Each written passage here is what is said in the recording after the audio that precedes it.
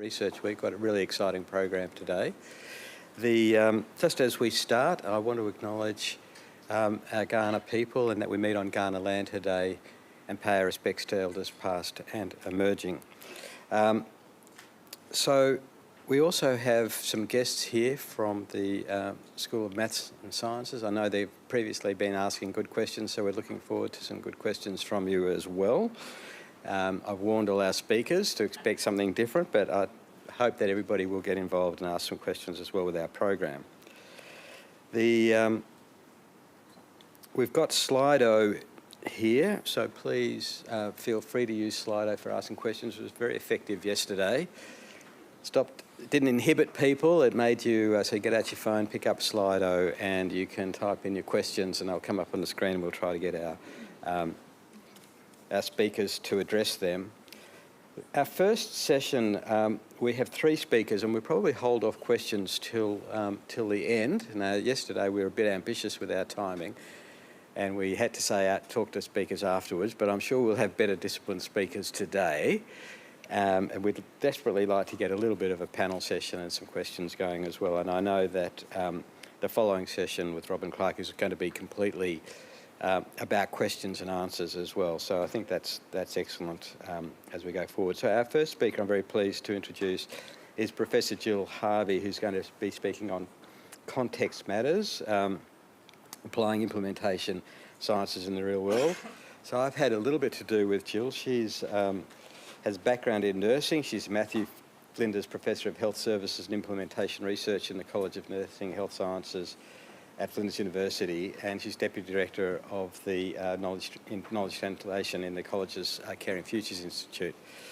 So you're a co-director of ARIA, so you might need to tell people, you're going to tell people a little bit about ARIA. That's excellent, because I think that's an extraordinary venture that most of us don't know enough about, Jill, so that would be good to hear a little bit more about it, and look forward to hearing you speak. So thanks so much.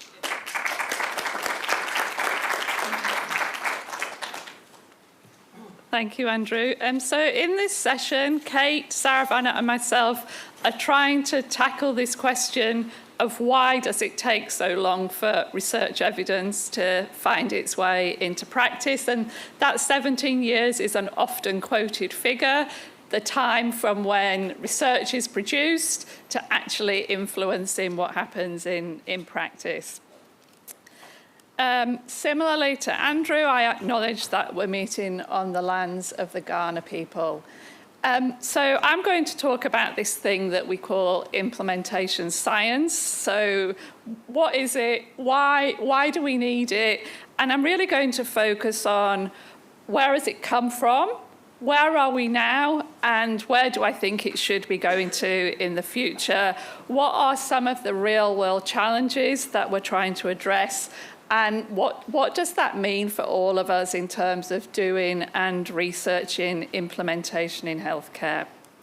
So a little bit of background. The term implementation science really was coined by the journal. There was a journal first introduced in 2006, but it came on the back of really growing concerns that research didn't routinely find its way into practice and policy.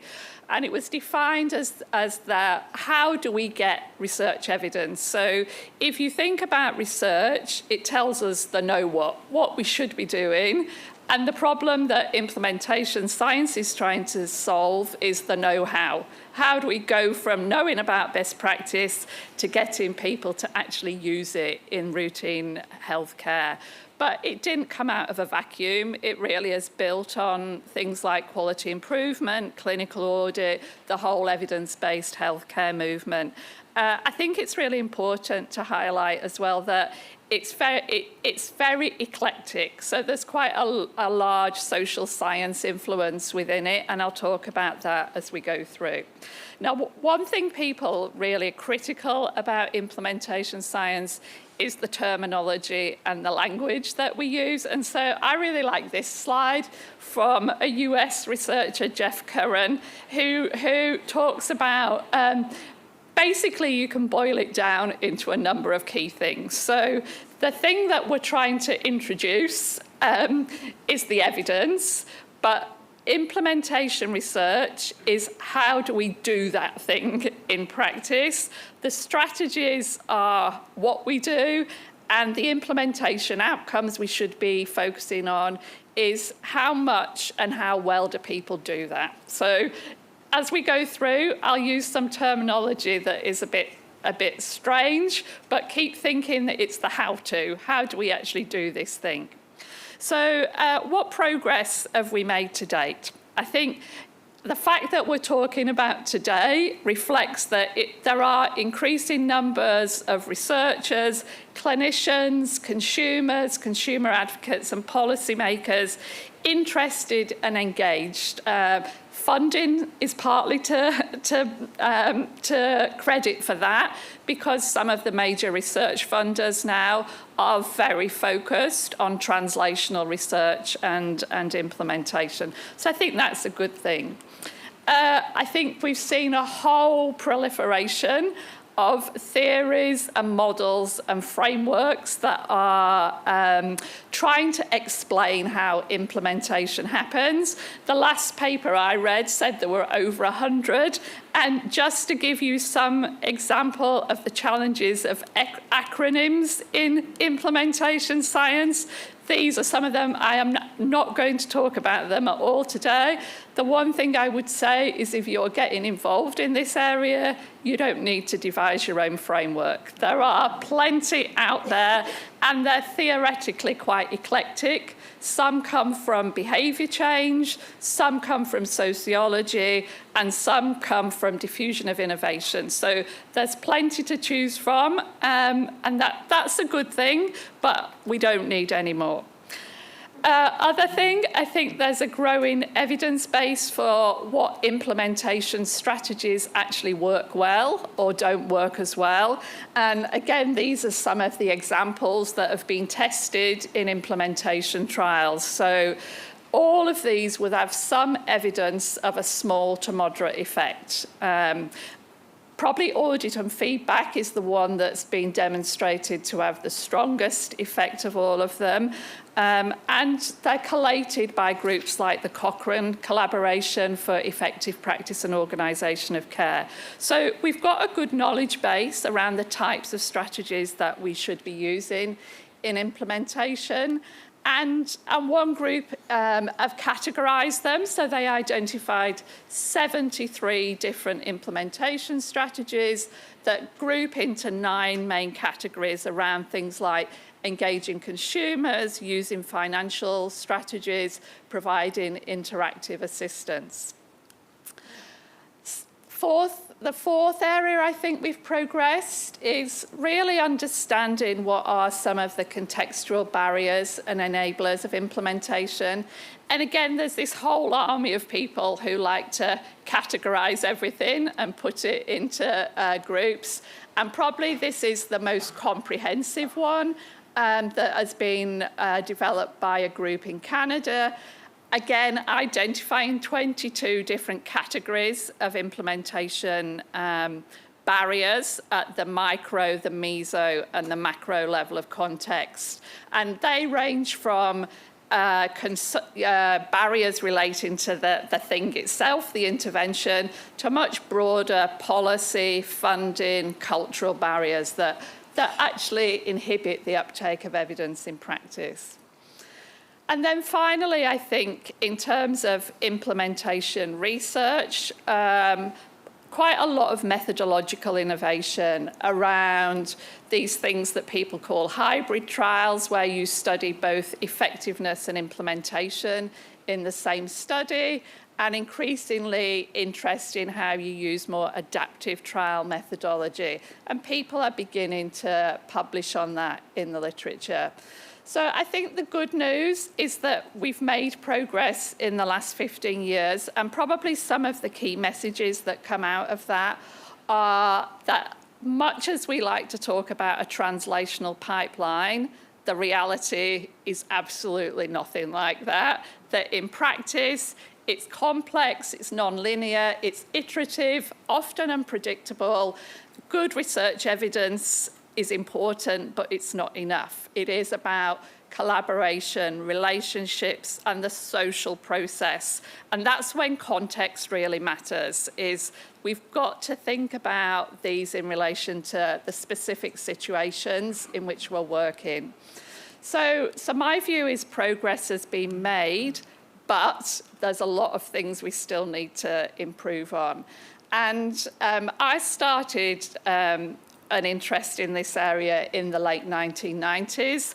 And in 1998, a really landmark study was published in the US around what is the actual delivery of care compared to what research evidence says. And that came to an approximation that 60% of healthcare in the US was based on best available evidence. Those types of studies have since been repeated in Europe, in Australia, and most recently in Canada. So you may have heard of the Care Track studies in Australia. They've concluded that 57% of adult care in Australia is based on evidence, and 59% of child health care is based on evidence. And then last year, the Canadians published a paper, a systematic review, which concluded that in Canada, 70% of healthcare is appropriate. So that gap between evidence and what actually happens is not really narrowing. There are some clinical areas, cardiology is often an example where we've definitely narrowed it. Preventive health, it's way bigger. But on average, we keep coming back to that around 60 to 70% of healthcare is based on best available evidence. So we've still got things to improve on. And I would suggest that it's really at a point now where we've got to try and understand how do we connect theory, methods, and practice. And I'm going to use a very simple analogy to try and explain that.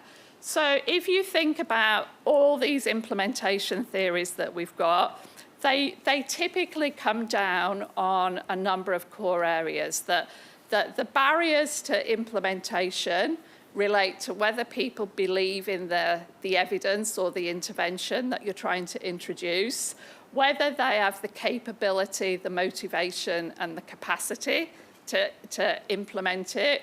And Kate's going to talk about some of those issues around time and resources. And then context. So the local context, the leadership, the culture, but also this bigger health system context that we work in. So I would say that implementation theories give us like the scaffolding of things that we need to think about. They're like our sort of, how do you cook? What do you need to consider? Then we've got all these strategies like audit and feedback, education. They're like our ingredients.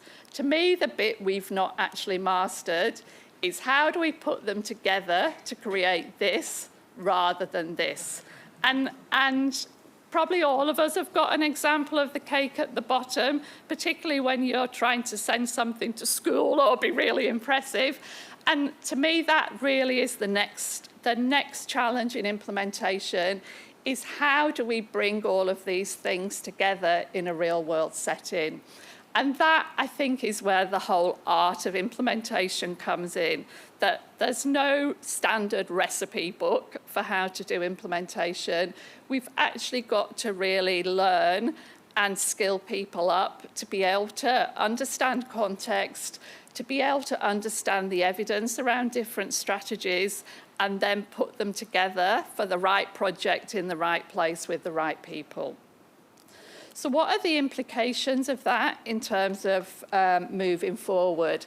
I would say number one is we've really got to be committed to connecting implementation science and implementation practice, because there is a danger that implementation science is creating its own translational gap. So the very thing it was set up to do, it's beginning to create its own evidence practice gap. So we need to bring it together. We need to, as I've said, understand how to do that sort of context analysis and identify and address barriers and enablers. I think we need to move out of our comfort zone. So there's really good evidence that people stick with one implementation theory. So you've used a particular theory and that's the only one that you're ever going to use. I think there's good evidence now that people stick with the same methods, and we are seeing that training and education is almost a default method that people use, but we've got 73 to choose from. And I personally think we need to think differently about how we do implementation research and actually work with the context, not in a typical trial design, observe the context. So I think we've got to become more flexible and more adaptive in the methods that we use. So I would say in terms of implementation in the real world, we've got a huge, well, not huge, we've got an evidence base to draw on. The next challenge is making sure that we apply that evidence in how we do implementation projects. So I'll stop there and hand over to Kate for the next piece.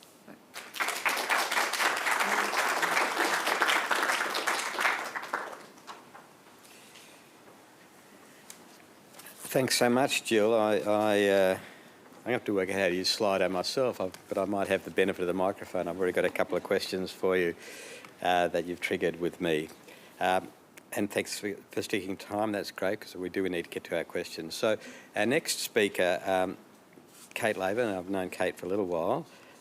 She's going to speak on No Time and Not a Priority, Overcoming the Most Common Barriers to Research Translation. Kate is our inaugural Professor of Allied Health, is that right?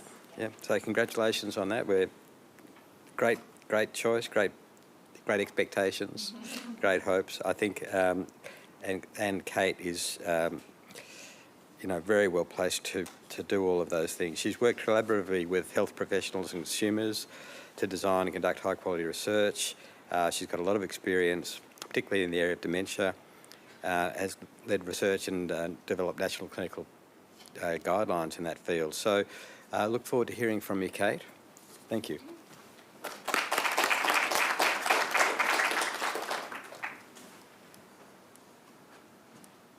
Perfect, thank you. So just before I start, the title of my talk is No Time and Not a Priority.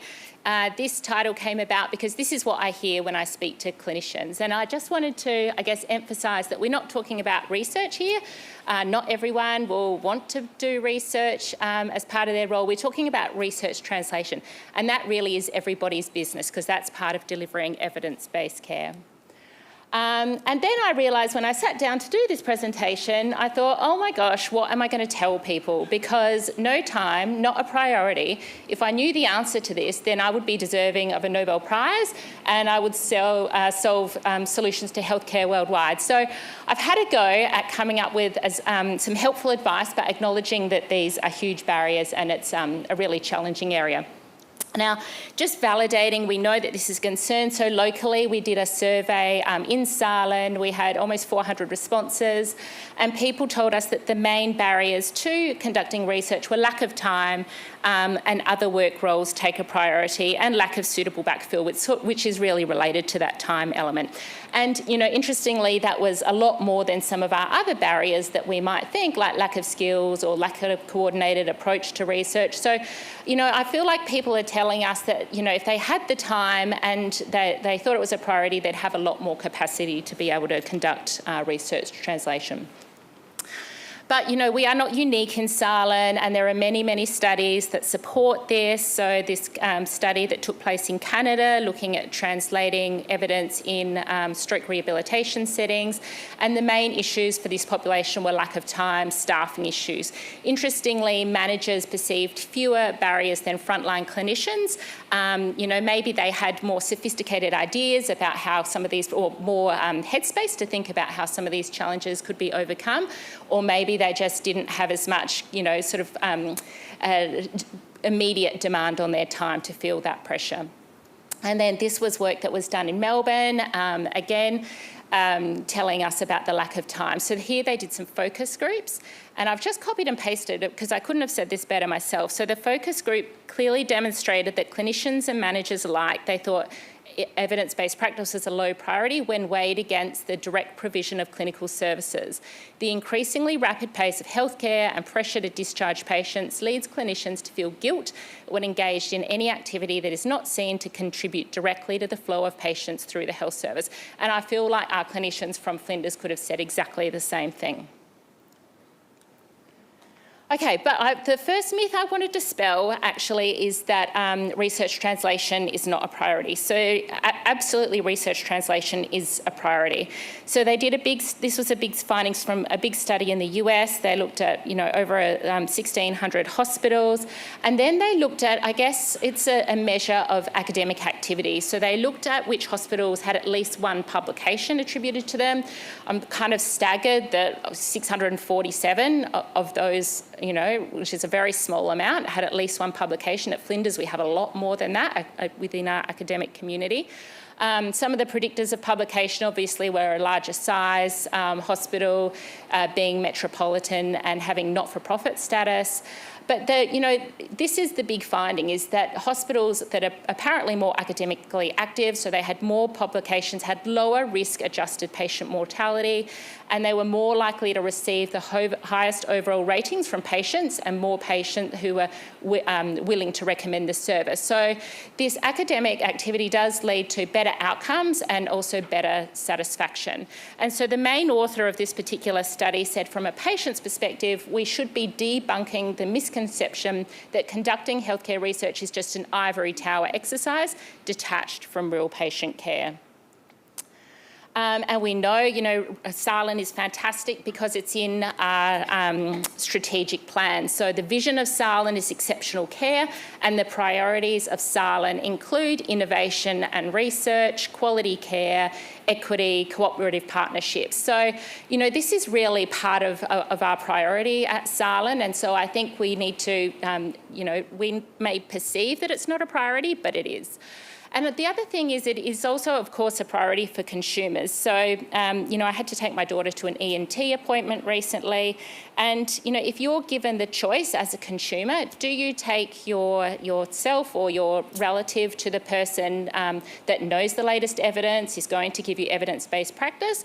Or do you choose the person that says, oh, I haven't had enough time and it's not a priority to keep up with reading the guidelines? So obviously we want the best evidence-based for our healthcare, and our consumers bring that as well, and it's our responsibility to offer that to them. And sometimes I think, there's a perception that public healthcare people aren't paying us, but public healthcare is funded by taxpayers, so of course we do have that obligation. And I won't go into this, but another great paper that just looks at all the benefits of research for the patient, for the site and society. So we can see here that, there's good outcomes, across the board, and this is a really important area for everyone. Okay, so some tips for the organisation.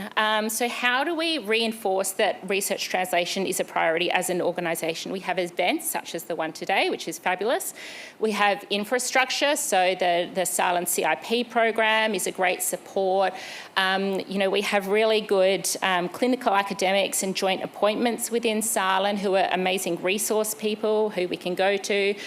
Celebrating research success is really important. Talking about research and evidence-based practice in our strategic plan, and having access to data analysts, because we need good data to see gaps in care and also to measure improvements.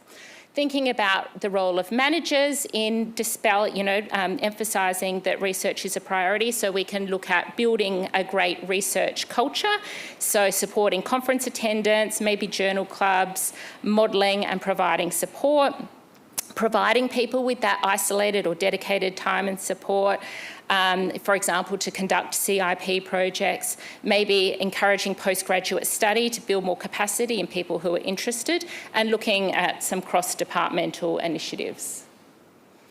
Okay, so now I'm going to kind of switch more to the time element and kind of think about, when we are really short of time, what are some ways that we can kind of maximise our ability to translate research into practice? So obviously, it's really important to stay up to date with the research. So some of the things are choosing your professional development activities really wisely and focusing on translating the highest level of evidence. So there's kind of a rule of thumb that really you shouldn't generally, unless something's, groundbreaking, you don't tend to translate something into evidence until it's supported by systematic reviews, because you might have one odd research study which has one finding which is counteracted by another research study.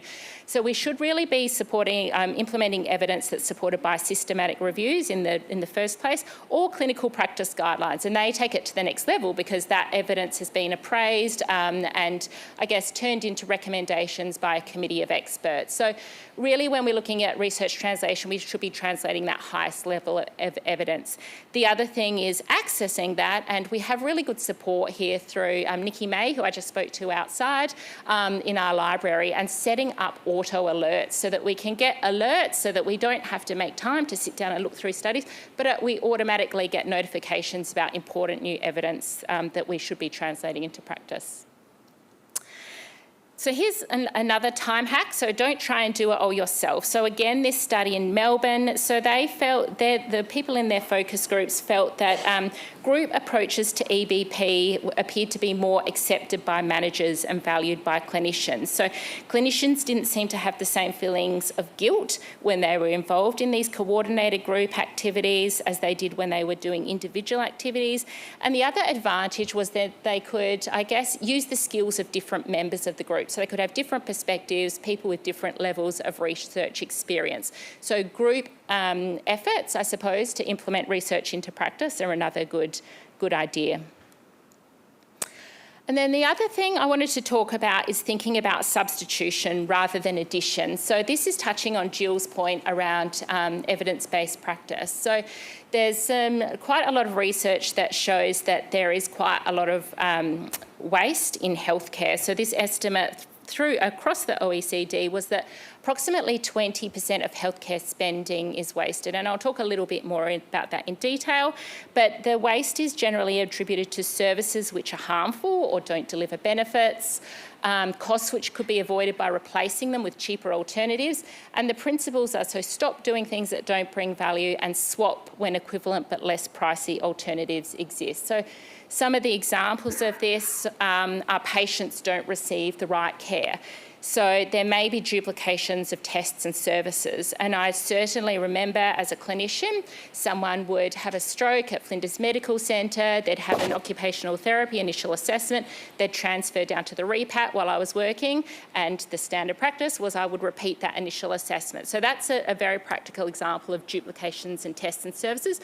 And our patients that I speak to all the time in our research say that they feel like they're telling their same story over and over again, and they just want that information captured so that they don't get the same question. So again, thinking about overlap of disciplines, I know, and there's lots of great initiatives about how we can do transdisciplinary or interdisciplinary work to do one assessment rather than multiple. Some of the other examples are low value care, so ineffective, inappropriate, or not cost-effective care. And here we might think about assessments that are conducted which don't change clinical decision-making. So again, cognitive assessments, I've seen people who've had multiple cognitive assessments. Sometimes that's really important, but sometimes we kind of already know what the person's plan is and what their goals of care are. And so having that additional time spent on repeating assessments which aren't going to change clinical decision-making might not be the best use of our time. Other examples, so benefits could be obtained with fewer resources. So for example, a really good example is admitting someone as an inpatient when they could be treated as an outpatient, or providing direct education rather than group education, and looking at how we can reduce administrative waste as well. So thinking about documentation, meetings, anything which is really not serving the purpose of providing best quality of care for our patients. And there are lots of initiatives. So I've put on the right-hand side an example, Choosing Wisely campaign. So there's Choosing Wisely for all different disciplines, and some great resources about how we can de-implement ineffective or low-value care. So what can be done? Again, things like information systems are really important. So for example, the MBS, the PBS, that gives a society a really good idea of, for example, inappropriate use of antibiotics. So being able to track what we do and those low-value care items is important. Clinical guidelines and protocols, choosing wisely, as I said. Financial incentives and nudges can be useful in some settings, and looking at patient self-management and education. And I think the final thing is coming back to Jill's work. We actually have a lot of understanding now about implementation science. We've got a lot of learnings. We have a lot of frameworks and models which we can use to help us.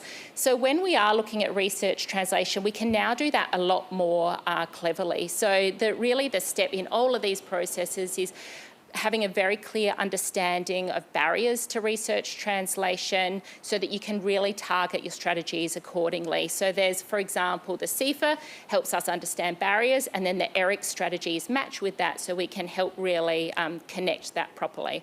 The COM-B behaviour change wheel, again, is another example about how we can match barriers to strategies. Also, some strategies are simpler than others. So as Jill said, there's 73 strategies, for example, that have been identified. Some of them are a lot more time intensive. Some are pretty simple. So thinking about what are some likely to be simple but effective, and seeking advice, because we don't, unless you've had training, we don't expect people to know that all of these frameworks and models are available or how to use them. And that's it.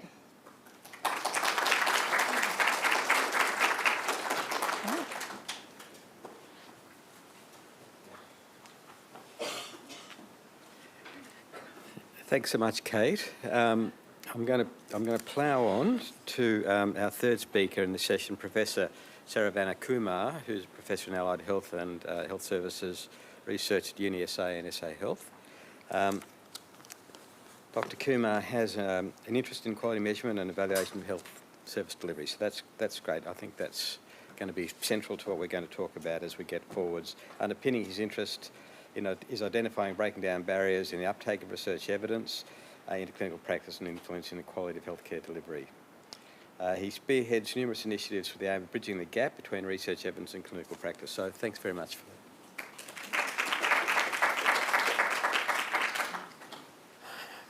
Thank you, Andrew. Thank you, everyone, for being here and for the opportunity to come and talk to you about implementing evidence into practice.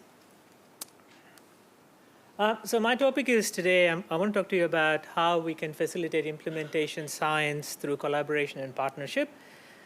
And both Kate and Jill have flagged with you all the gap that we currently face in terms of evidence practice gap. And we know that there is about 17 years, and depending on which journal article you read, the number changes quite a lot. But that really shouldn't come as a surprise to us, because when you look at one of the very, very early trials that was done by James Lind. For those of you who don't know James Lind, he was a British Navy physician, and he was the first doctor to trial the effect of citrus on scurvy. And he actually found out that citrus was very effective in addressing scurvy among sailors in 1747. But it took nearly more than half a century, 50 years, for that evidence to be applied across British Navy, and by which time he actually had passed away. So we know that there are challenges in terms of addressing that evidence into practice. We also know that 14% of research only reaches the target audience, and 18% of clinicians and administrators routinely practice evidence-based practice. And we also know clinicians often value their peers and experts over research evidence. I have asked many of my mates to say to them, come and talk to me about evidence-based practice. No one wants to come and talk to me. But the minute I say, I'll teach you how to do dry needling, they're like, yep, we're there. So often clinicians tend to like hearing what their peers have to say rather than what evidence actually has to say. And we understand there's a reason for it, because when you talk about the philosophy of evidence-based practice, we talk about the 4 components: the research evidence, patient morals, values, and beliefs, clinical expertise, and the practice context. So clearly it tells us that research evidence is only one of the 4 of the other 3 components. So really, we need to consider all 4 together if you want to facilitate the translation of best research into best practice. And also when we talk about the complexity of healthcare, healthcare is quite complex and it is a multidisciplinary field. No single clinician possesses, or no single discipline possesses all the necessary knowledge and skills. So as both Jill and Tash have spoken before, it's important that we gain insights from others as well. Complex healthcare challenges, and I saw that meme that Kate put up. Like Kate, I also love many memes, that complex healthcare challenges require complex interventions. And I know there are a lot of students from mathematics here, and that's where the research is going in terms of big data. The next presentation is about AI, machine learning, and robotics. So we do need some really challenging and complex interventions. But at the same time, there are also some simple solutions from other sectors. It doesn't always have to come from health. And probably the best example I can give you is this. In 1854, the cholera epidemic in London, and the seminal work of John Snow. I teach first-year allied health students at UniSA, and when I mentioned John Snow, they all said, oh, the dude from Game of Thrones, yes. And I had to say, no, not that dude. It's another good-looking dude. So the guy underneath the other Jon Snow, what he did was he mapped all the deaths in cholera as a result of cholera in London. And what he found was all the deaths were clustering around this one street in London, which was a Broad Street. And when he went back and looked at it, and this is going back to data, what he identified was this one water pump where people were getting water from, which was potentially resulting in the increased deaths in cholera. And you know how he fixed the problem? There was no major intervention. All he did was he got engineering people to come and remove the handle of the pump. As soon as they removed the handle of the pump, people were not able to get the water from that pump, and as a result, cholera started to go away. So sometimes it doesn't need complex interventions. It may just need a very simple intervention. So then we know that when we partner with others, whether with our engineering colleagues, mathematics colleagues, or other colleagues, there are benefits to partnership and collaboration. It gives us access to diverse resources. It enhances our decision making. It helps with our patient outcomes, as we've seen before. It certainly helps with efficiency and resource utilization. It minimizes risk. It helps with professional development, knowledge sharing, quality of care, you name it, huge benefits. But what actually happens when the rubber hits the road?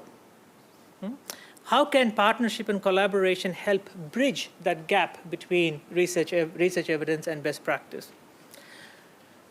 And I want to start by saying that for every complex problem, there is an answer that is clear, simple, and wrong. So I am not trying to make this a very simple answer to this complex problem. What I'm going to tell you in the next 5-10 minutes is purely my personal experience as a clinician, starting out as a physio, researcher, and a teacher, collected over many failures, spectacular failures, and at the same time also some successes as well. So it's not intended as a recipe. So the first thing I think in terms of collaboration and partnership is the importance of stakeholder engagement. Collaborative engagement with stakeholders can be very critical in assisting us implement best practice. Understanding who are the stakeholders who are likely to be impacted, it's very critical. And what's in it for them? What are the drivers for those key stakeholders? Because we always assume it's evidence. Maybe it's not. It might be other things like money. It might be fear. It might be litigation. Or it might be the classic FOMO, fear of missing out. Engaging with stakeholders also helps us to understand and expand on the shared expertise. This might be recognizing that we, as clinicians, may not always have the answer, or we as researchers may not always have the answer. And part of the engagement with stakeholders is getting a good understanding of the problem. Because once you understand the problem, you're halfway there in terms of answering or finding solutions to it. And getting their buy-in. Because once people buy into the particular problem, then they're more likely to invest in it and provide commitment. And probably the best example I can give you is telehealth. I've been doing telehealth when I used to have hair in my head. That was, meaning like decades ago. And yet it was not sexy. And as soon as COVID hit, all of a sudden, all stakeholders bought into it because telehealth provided access to care, which typically didn't happen. As a result, we were able to show that telehealth had equal, if not better, outcomes in instances in certain population, like prison population, because getting prisoners from Mobilong all the way to the Royal Adelaide Hospital is hugely, not only expensive, but traumatic for the prisoners, because they have to be shackled and brought over, and for an appointment which may last 10 minutes. And as a result, we were able to engage with key stakeholders and implement, and now it is sustained practice. So stakeholder engagement is very important. And Jill touched on this, the next one, which is the cultural and contextual understanding. You must forgive me because I recently discovered Canva, so I've gone a bit crazy on Canva images. So implementation lives in the real world setting, right? Research may live in your artificial setting, but implementation lives in real world setting. And that copy-paste will not work. And I won't name any names, but we all have been through initiatives which have worked in another setting that was brought over to our setting, and it failed miserably. And the reason is because the context was not adequately considered. So we can be the change, but recognize within that change, there are also other things like cultural, social, economic, and organizational factors which will play a role in that change process. The next benefit about collaboration and partnership is the co-design and co-creation. Developing interventional strategies from those who are going to use it is going to be far more beneficial than us telling them what will work. The lived experience of clinicians on what works, what will not work, and what will be sustainable, you can only find that out through collaboration. Practical and tailored to specific needs and constraints of the end user, we find what evidence tells us is that more likely to be sustainable. Sometimes, best is the enemy of good, because often we end up thinking that we need to have the best case scenario. It doesn't have to be. Best is the enemy of good. Good enough would be fine. Partnership with people helps us to use optimal resources, and as Jill talked about, it's an iterative improvement process. And to give you another example, this is one that we've done with rural support service clinicians. And as Kate talked about, often one of the things they found was every time a child was referred to a allied health clinician, every clinician would do their own assessment. And as a result, the waiting times was massive. So we worked collaboratively with clinicians, parents, families, and researchers to find how best can we address this, streamlining the intake process. And from that, we developed a really simple tool. It was just a one-page or one A4 page, front and back, that clinicians could use to streamline that intake process. And from that particular project, what we found was we were able to reduce the waiting time by 57%. So children who were waiting for, at times, 2 years to be seen by an allied health clinician, we dropped it down by half of that. And again, that was a result of collaboration and partnership. The next really important part about collaboration partnership is that it helps you to play the long game. And we all know when you invest time, money, and resources, we want it to be sustainable. So collaborative partnerships assist in long-term sustainability, and it helps to build capacity. So we have played the long game in terms of implementing evidence into practice, and we recognize that rather than me sitting in ivory tower telling people what to do, it's much better because clinicians like hearing from fellow clinicians. So how do we do it? We train them up. We make them our allies.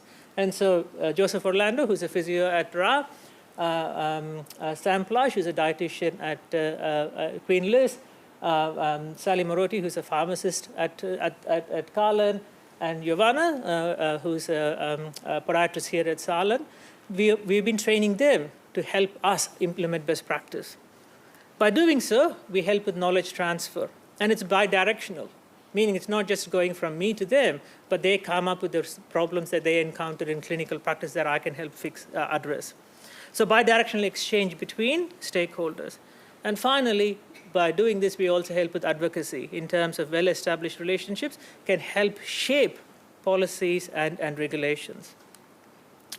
So to conclude, and I really like this particular slide. I don't know where I got it from, but this one is really, really good. Because as Jill said, there are so many theories about how to implement evidence into practice. So when you think about the art and science of implementation, the sciences are the theories. There are so many different theories, and everyone seems to want to use their own. But the next is the implementation is the art of implementation. So that is where partnership and collaboration really comes to the fore. It's the warm and fuzzy stuff that we all know. It's very equally important about, in addition to the hard technical stuff. collaboration and partnership can be really powerful tools in operationalizing evidence practice gaps, closing the evidence practice gaps. Partnerships and collaboration helps to facilitate knowledge, resources, and expertise. And by doing so, we've been able to have effective and sustainable implementation of evidence-based practice in real-world settings. Thank you very much.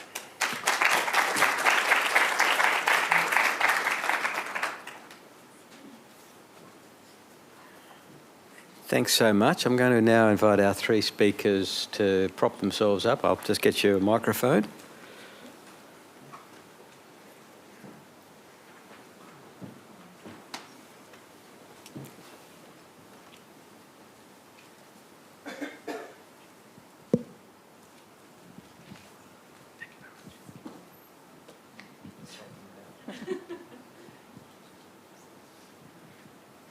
Oh, a bit slow there. Obviously, we've got a few questions up there. I'm just going to use my prerogative here before we get to those, though, because I've got the microphone over here.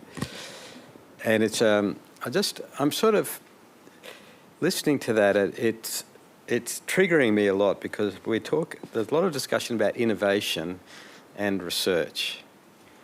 And my problem, I think, is that I see lots of clinicians who want to be innovative, which is almost equivalent to eminence-based practice.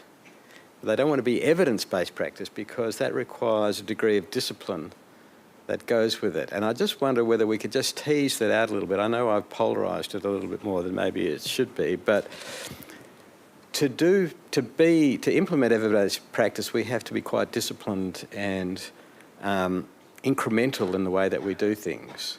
And I think that's a real issue that we deal with. I'm just interested in people's thoughts about that, or whether I've got maybe that's just intensive care practice, that's my background, but I feel that it's common for people to want to do things because other people are doing them or because it's new, rather than actually be incremental with it.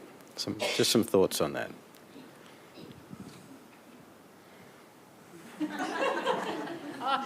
Well, I completely agree with you. I think that innovation is different to consistent evidence-based practice. Evidence-based practice probably isn't as sexy. Like innovation, you can go and discover something new and get something published and, be kind of an expert in your field, whereas actually evidence-based practice is an expectation. So I do think it's different. And I think... I think that evidence-based practice, I think culture is really important. And I think, if we have a culture where we're all practicing evidence-based practice, then that becomes the norm rather than someone having to do something different or be innovative.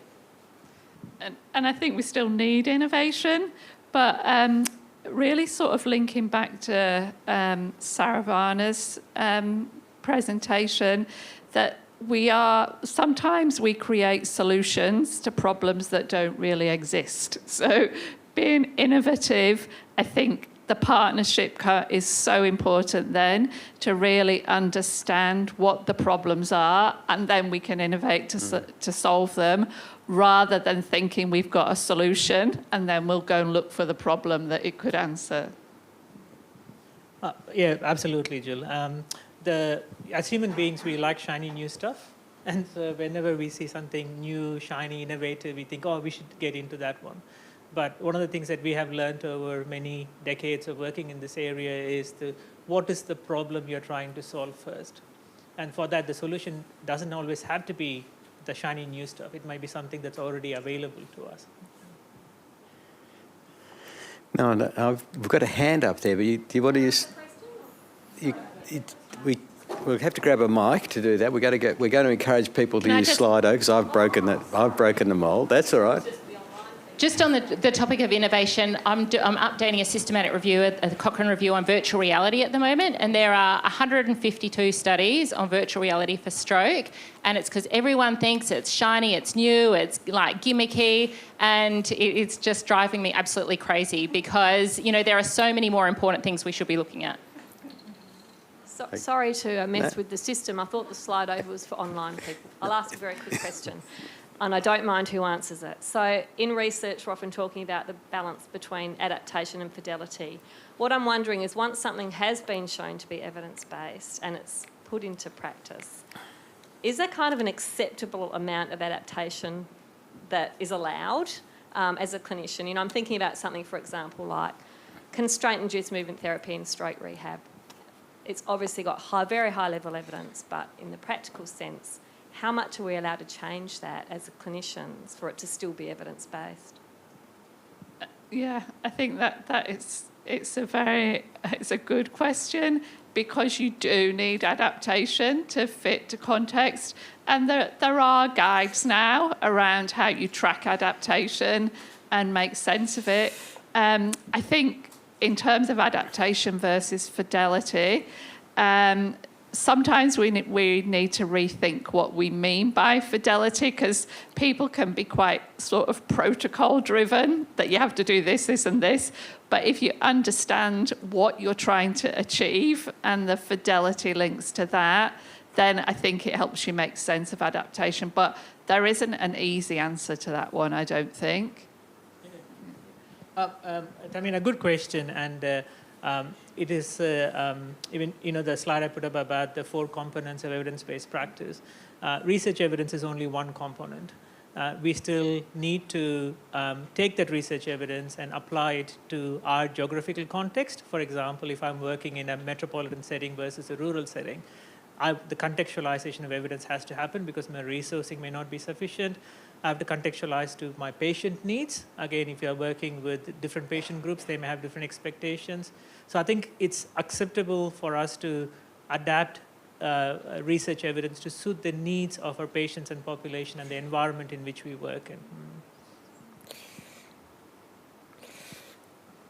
Okay, now we've got I got us behind already, so the Slido's got ahead of us. That's why I was mucking around there. But there's a couple of questions here on evidence-based practice. You know, what should SALHN do to ensure that all care, and is it appropriate that all care is provided to our communities based on evidence-based practice? And how does a clinician on the floor change the narrative that thinking's an indulgence? Should they join up evidence with regulations and standards? So, where does that fit together? Yeah, I think, some of those strategies that I've put up on the board around, having access to data, working in groups. I think the tricky thing is, evidence-based practice, it's like, it can change the day new guidelines come out or a new study comes out. So it's not static. So it's really around having a culture where we're constantly reflecting on our practice, being exposed to new evidence, attending conferences, feeding back, keeping up with, big journal articles, like big studies. So constant exposure, reflecting, and then having a culture of change and I guess that flexibility as well. Okay, I'm going to drop to the bottom one here, which sort of, behind you've got 4 fields of inquiry, and we were, some years ago we were trying to work out, we were actually trying to prosecute the argument that research in its fullest sense, and we used inquiry to stop people thinking about research as looking at a microscope, and that's important, but there's lots of other aspects of research, was important and critical for high quality healthcare. I think that argument's just about done, and we had our little part, but obviously that's been prosecuted through the literature. But in doing that, one of the fields we've got there is a continuous improvement implementation science field. So the question really is, what are the similarities between quality improvement and what are the differences between that and implementation science? I'm happy to start. So I would see quality improvement as a core tool within implementation science. If you think of that list of strategies, then things like audit, quality improvement are the types of activities we undertake. I think implementation science wraps around it maybe some of the sort of evidence base to underpin what you do when. And there was a really good paper published a few years ago which was comparing the evidence-based practice movement with the quality improvement movement.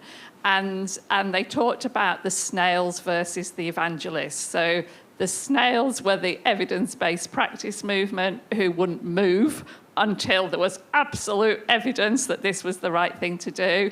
And the improvement people were seen as the evangelists who just get in there and do it. And I guess my sense is we need to make evangelical snails, if there's an analogy, that you know, we really shouldn't lose the enthusiasm of quality improvement, but we need to connect it with the evidence, both the evidence around what we should do, but the evidence around how best to do it as well. So in a practical sense, we've had through Rob Padbury's leadership here, very strong continuous improvement program for 20 odd years here, and I think it's been great. And having done that, I think immersed in it a bit, I think the biggest thing that we see with that is the effect that has on cultural change.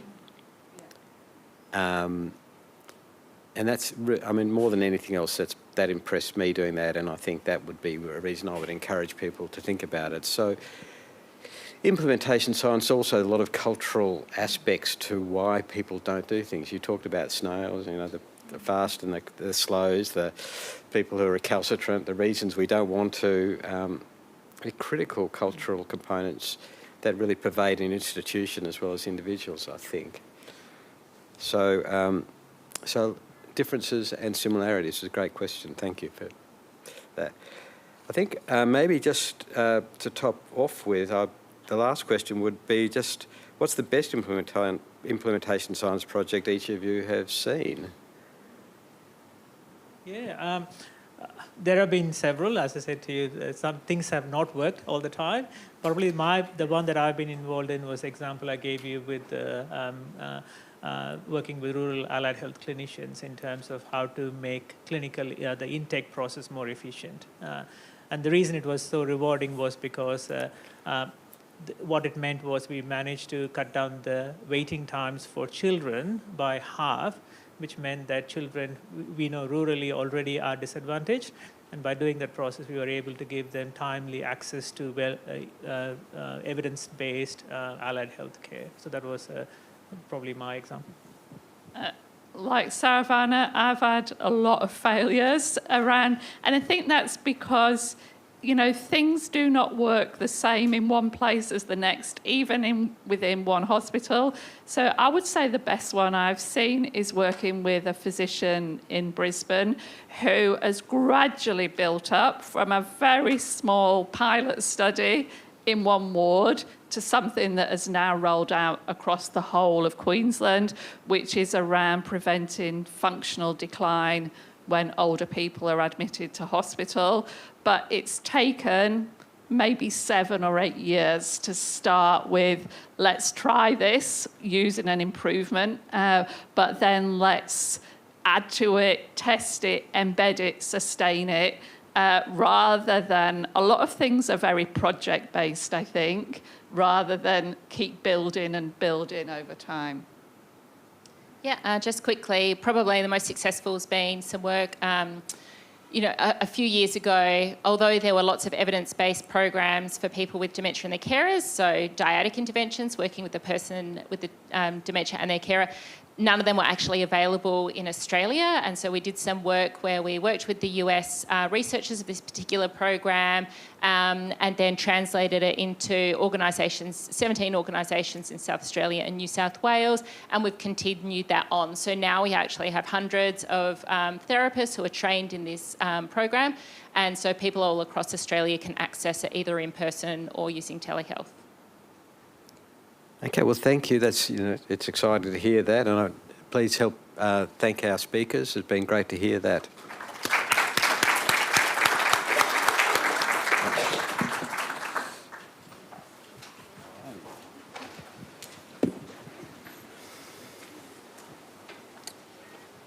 Now, I'm going to welcome to microphones. I'm about to hand them Professor Robin Clark and two consumer advocates, Clayton and Etta Bester. So just while you settle there, Robin is currently a Matthews Flinders Professor of Acute Care and Cardiovascular Research at Flinders University, and she's within the Caring Futures Institute as Chair and Director of the Nursing and Midwifery Research Program. Again, I've known Robin for a while. I think she told me since we were young. Not that young, but we've known each other for quite a number of years, and she's been a very prominent and active and successful researcher in South Australia. So we should be very proud of you, Robin. Thank you for coming and speaking to us. Clayton, along with Etta, were invited to take part in this series of seminars and workshops as part of the CHAP project, which you'll probably hear about. Clayton's being asked to fill the role of consumer advocate combined with his regional media role. So Clayton is a disc jock, is that right? And I think radio announcer, good. And I think interviewer, superb. And he's going to tell us about from his own situation and also help us understand what we can do with cardiac rehab. So I'll hand these over to you, and I think I might sit down and let you conduct it.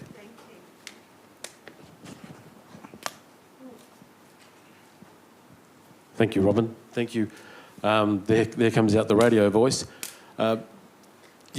Radio jock, we cringe at that term, I'm sorry to say. I don't really care personally. I'm quite happy with it, but I think the term is broadcaster now. That's what everyone wants to be known as, broadcaster.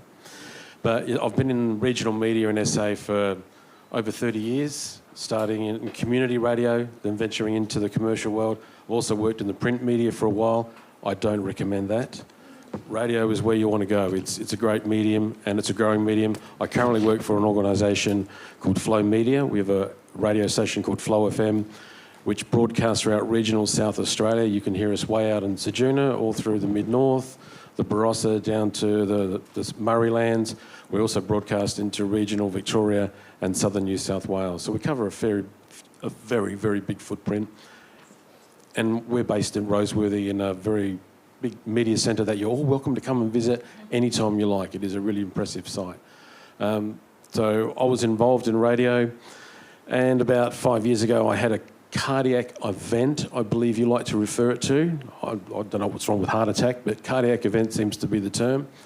And as a result of that, long story short, I ended up meeting Robin through a series of workshops where we were presented, my wife Etta here and myself, just to give some feedback on this rehab project via a website, which the website we looked at initially was awful.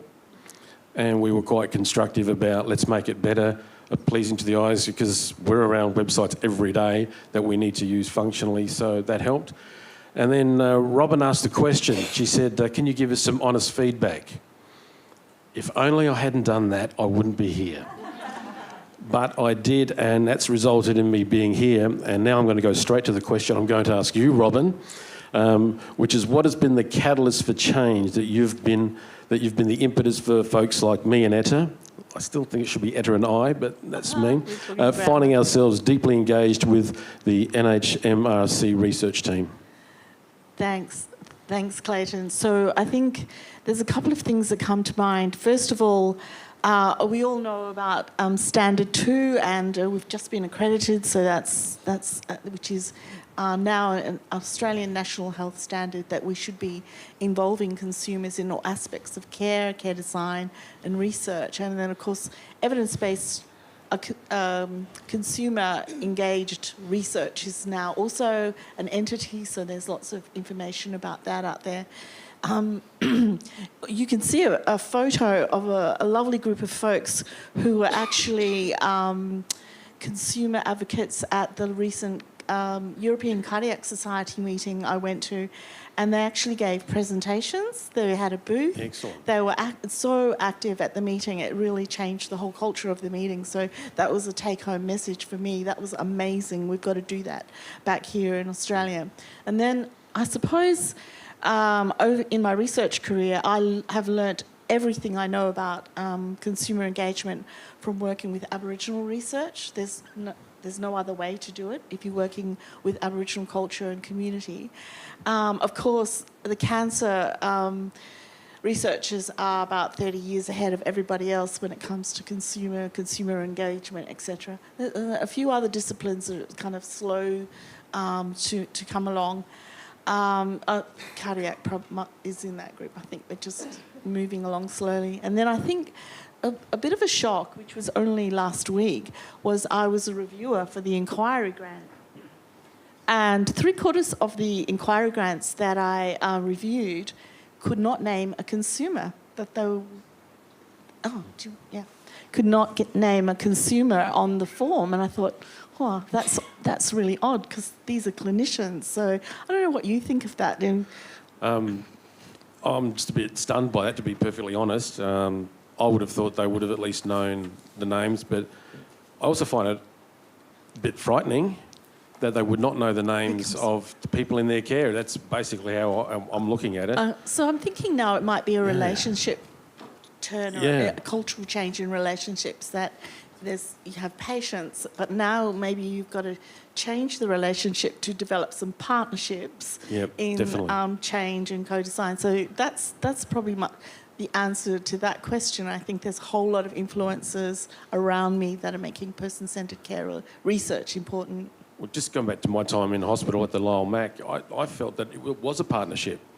My role was to get out of there. Their role was the nurses and the doctors who did a fantastic job, absolutely brilliant. Their job was to get me better. My job was to do whatever they told me so I could get out of there and go home. So I do see it as a partnership. Excellent. That's a good point of view. You actually had the patient has to listen to the clinicians too. Key point. Because if you don't listen, you won't get out of there. Which, if I can just touch on, in that situation, as the consumer, which is a word I still don't like you guys using, but I understand why you use it, I wasn't in a headspace to actually pay any attention to anything that was being said to me. I really wasn't. And I'm not sure if anyone understands that when you're sitting there with people around you touching you and prodding you and poking you and move this and move that, I'm just doing what I'm told. I really haven't got the time to think about what is next. If it wasn't for my wife Etta being there listening to what they were saying and answering the questions for me, because they were coming at me, I had no idea. I really cannot remember a great deal about it. It is all a blur. And even the following 2 days in hospital was still a bit of a blur to me. Even when we left the hospital and we were set adrift, as I like to say, we were a blur. And if it wasn't for Etta being there, I wouldn't have a clue what was going on. So, yeah, make sure I'm listening. Make sure I'm listening. Sorry, Robin, I went off track there. Nick, for you. How has person-centred care and consumer co-design in practice and research affected you personally and the way you approach your research? So I have to say that absolutely has changed my world, has changed my practice and changed the way I see research and practice. And I do have a picture of Nurse Ratchet there. And I think there's a little bit of me there in the early days before I became involved in research and consumer co-design. So absolutely, that the finger pointing and the telling what to do rather than partnership and working together to find solutions. The other profound moments that we've had in our research relate to girls' ETA, so we can talk a bit more about that. But I went to a lecture with Jonathan Craig, not last year, the year before, and Jonathan was talking about patient-reported outcomes in dialysis. And, it was profound. Of course, we were always focused on the potassium and, renal clearance, and they're the key clinical outcomes for dialysis. But what mattered to the patient was pain and quality of life, being tied to a machine 3 times a week. Now, some of these issues can be solved. When we have buses in seaside towns where you can go and get your dialysis, and have a holiday at the same time. But I also see now that in registries, particularly research registries, patient-reported outcomes, patient-reported experiences are being combined with the clinical data. And so my world is coming to reality at last. So absolutely changed everything that I thought about practice. My personal examples, there's the ladies there. 7 out of 10 patients do not come to cardiac rehab after their cardiac event. Only 3 do. Why don't they come? All sorts of reasons, but like car park costs, etc. But the women told us they were not comfortable being seen in yoga pants down the corridors of the hospital to get to the gym. I mean, that's very practical, and why not have ladies only days to encourage people to come? Solutions are not that overwhelming. And the other one was a women post bypass surgery. What do you think would be the most important thing for a woman after bypass surgery? Scar, pain? Eda knows the answer. It's actually finding a comfortable bra that does up at the front so you don't have to do that extension manoeuvre to put it on. That's as simple as that. And nobody mentioned the bra to them. No one said, hey, by the way, here's a little piece of information about a $15 bra from Target that you'll find comfortable over the next few weeks. So knowing these things has changed our practice completely. So it's not ignoring clinical outcomes, but it's combining what matters to patients, patient-reported outcomes, and what matters to get you well. So you've learned a lot from the patients and people like Eda and myself. What else have you learned? Well, first of all, that we're partners, and that you have good ideas, and that you have really good feedback. If our website's rubbish, why should we spend $100,000 on it? Let's make it something that you will use. And then the other thing is, if you like it, you will use it. So if you help to design it, it's something that's going to be suitable for you. And so the same with all these other examples. If we have cardiac rehab for women, sessions just designed for them, then they will come, obviously, if that's what they told us that they want. So so much, Clayton.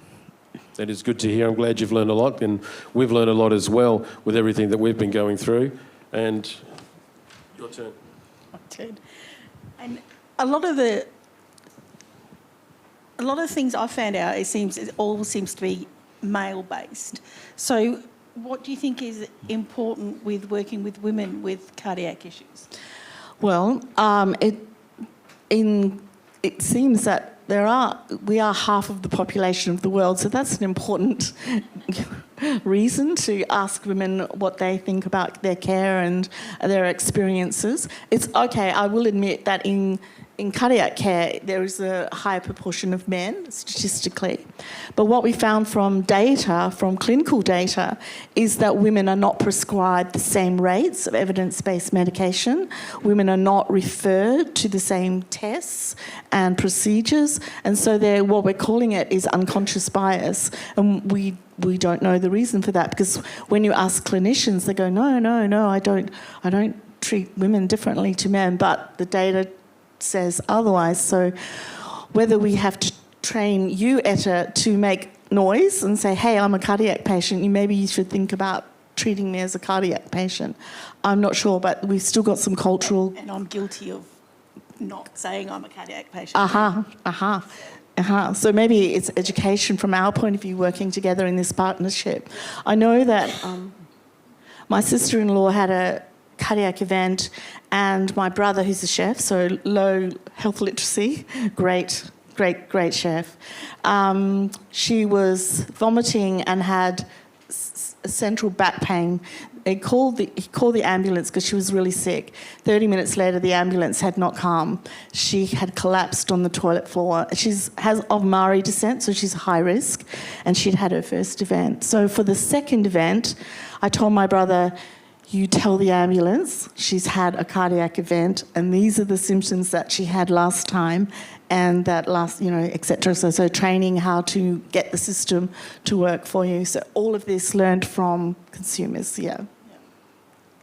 Cool. And then woman to woman, how are you going to be engaging with female consumers specifically, and how have they influenced your results? So if we're building on the website example, we're now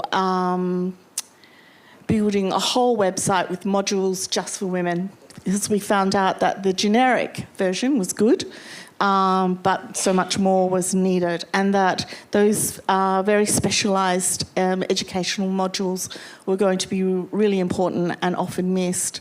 So, and I think every aspect of our care should also consider, but we're also gone a little bit further than that. So, especially for women, but now we're also looking at especially for low literacy and culturally diverse as well, because the same rules apply there as well. Yeah. Cool. Okay, so my turn. Thank you.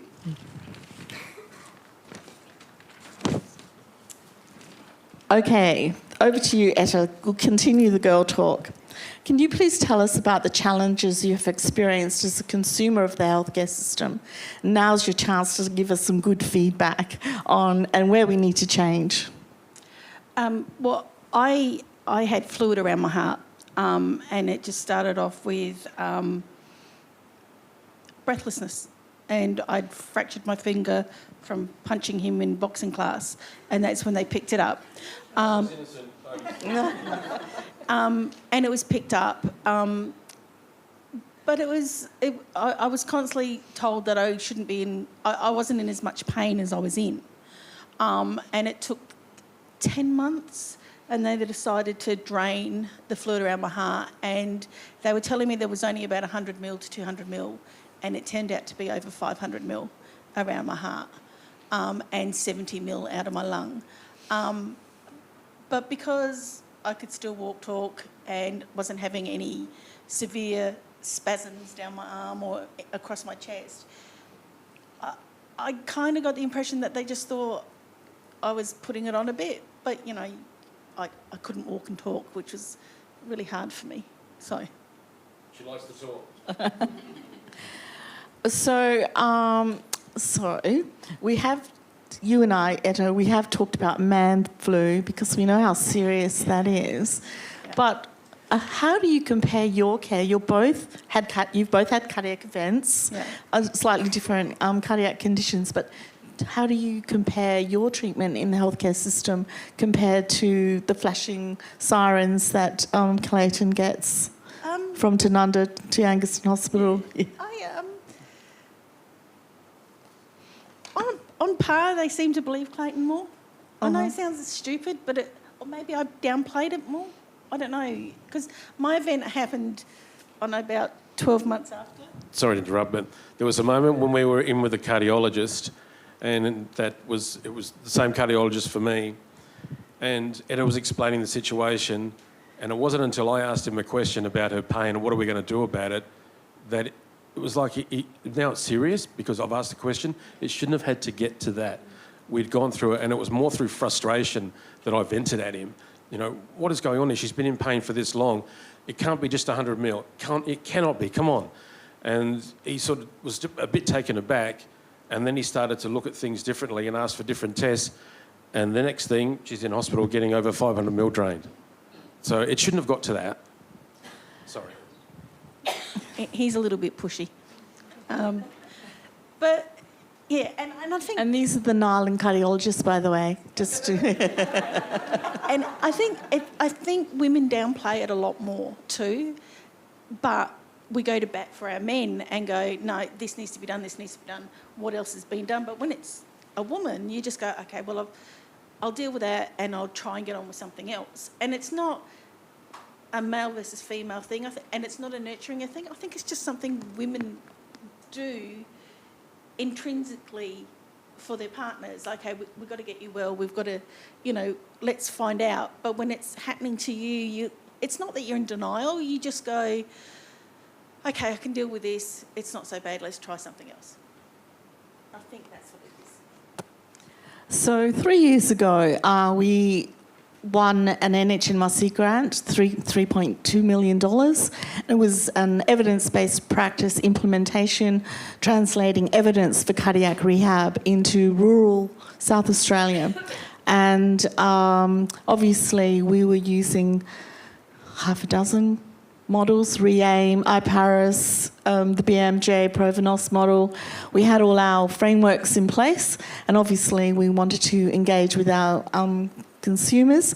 So what did you guys think when the NHMRC team of researchers came into town in the Barossa? I think we met at the Vine Inn, yes? Vine Inn, yep. So what were your first impressions when you got the email and the email the invite from Carolyn, who's the local cardiac rehab coordinator. Just tell us about your whole experience. It was the email from Carolyn Wilshaw, cardiac rehab local nurse. We thought, okay, we'll go along. If they want some help, they want our opinion, we'll give it. That's all I can do is tell you what my experiences was, and maybe you can learn from that. And that just seemed to snowball and go on because they seemed to like what we were saying, or it was providing a bit of feedback. And it was honest, genuine feedback of our experience, what we were going through. And one of the main things I remember saying to Robin was, I had a 6-week course of cardiac rehab and then it stopped, and that was a mistake. It should be for life. I've got these 2 stents with me for life. Why has it stopped? And that was a challenging question for her to think about, and I'm glad that the project is sort of allowing those sort of things to continue on and have those discussions, because it shouldn't have stopped. It should be ongoing for life. But it was something that we talk about. It's in part of our life now. We loved it, and we were happy to help out any way we can, because at the end of the day, you guys are helping us, and if we don't give you some feedback, where are we going to end up? We've got to give it to you, which is why I don't like the word consumer, but that's another matter.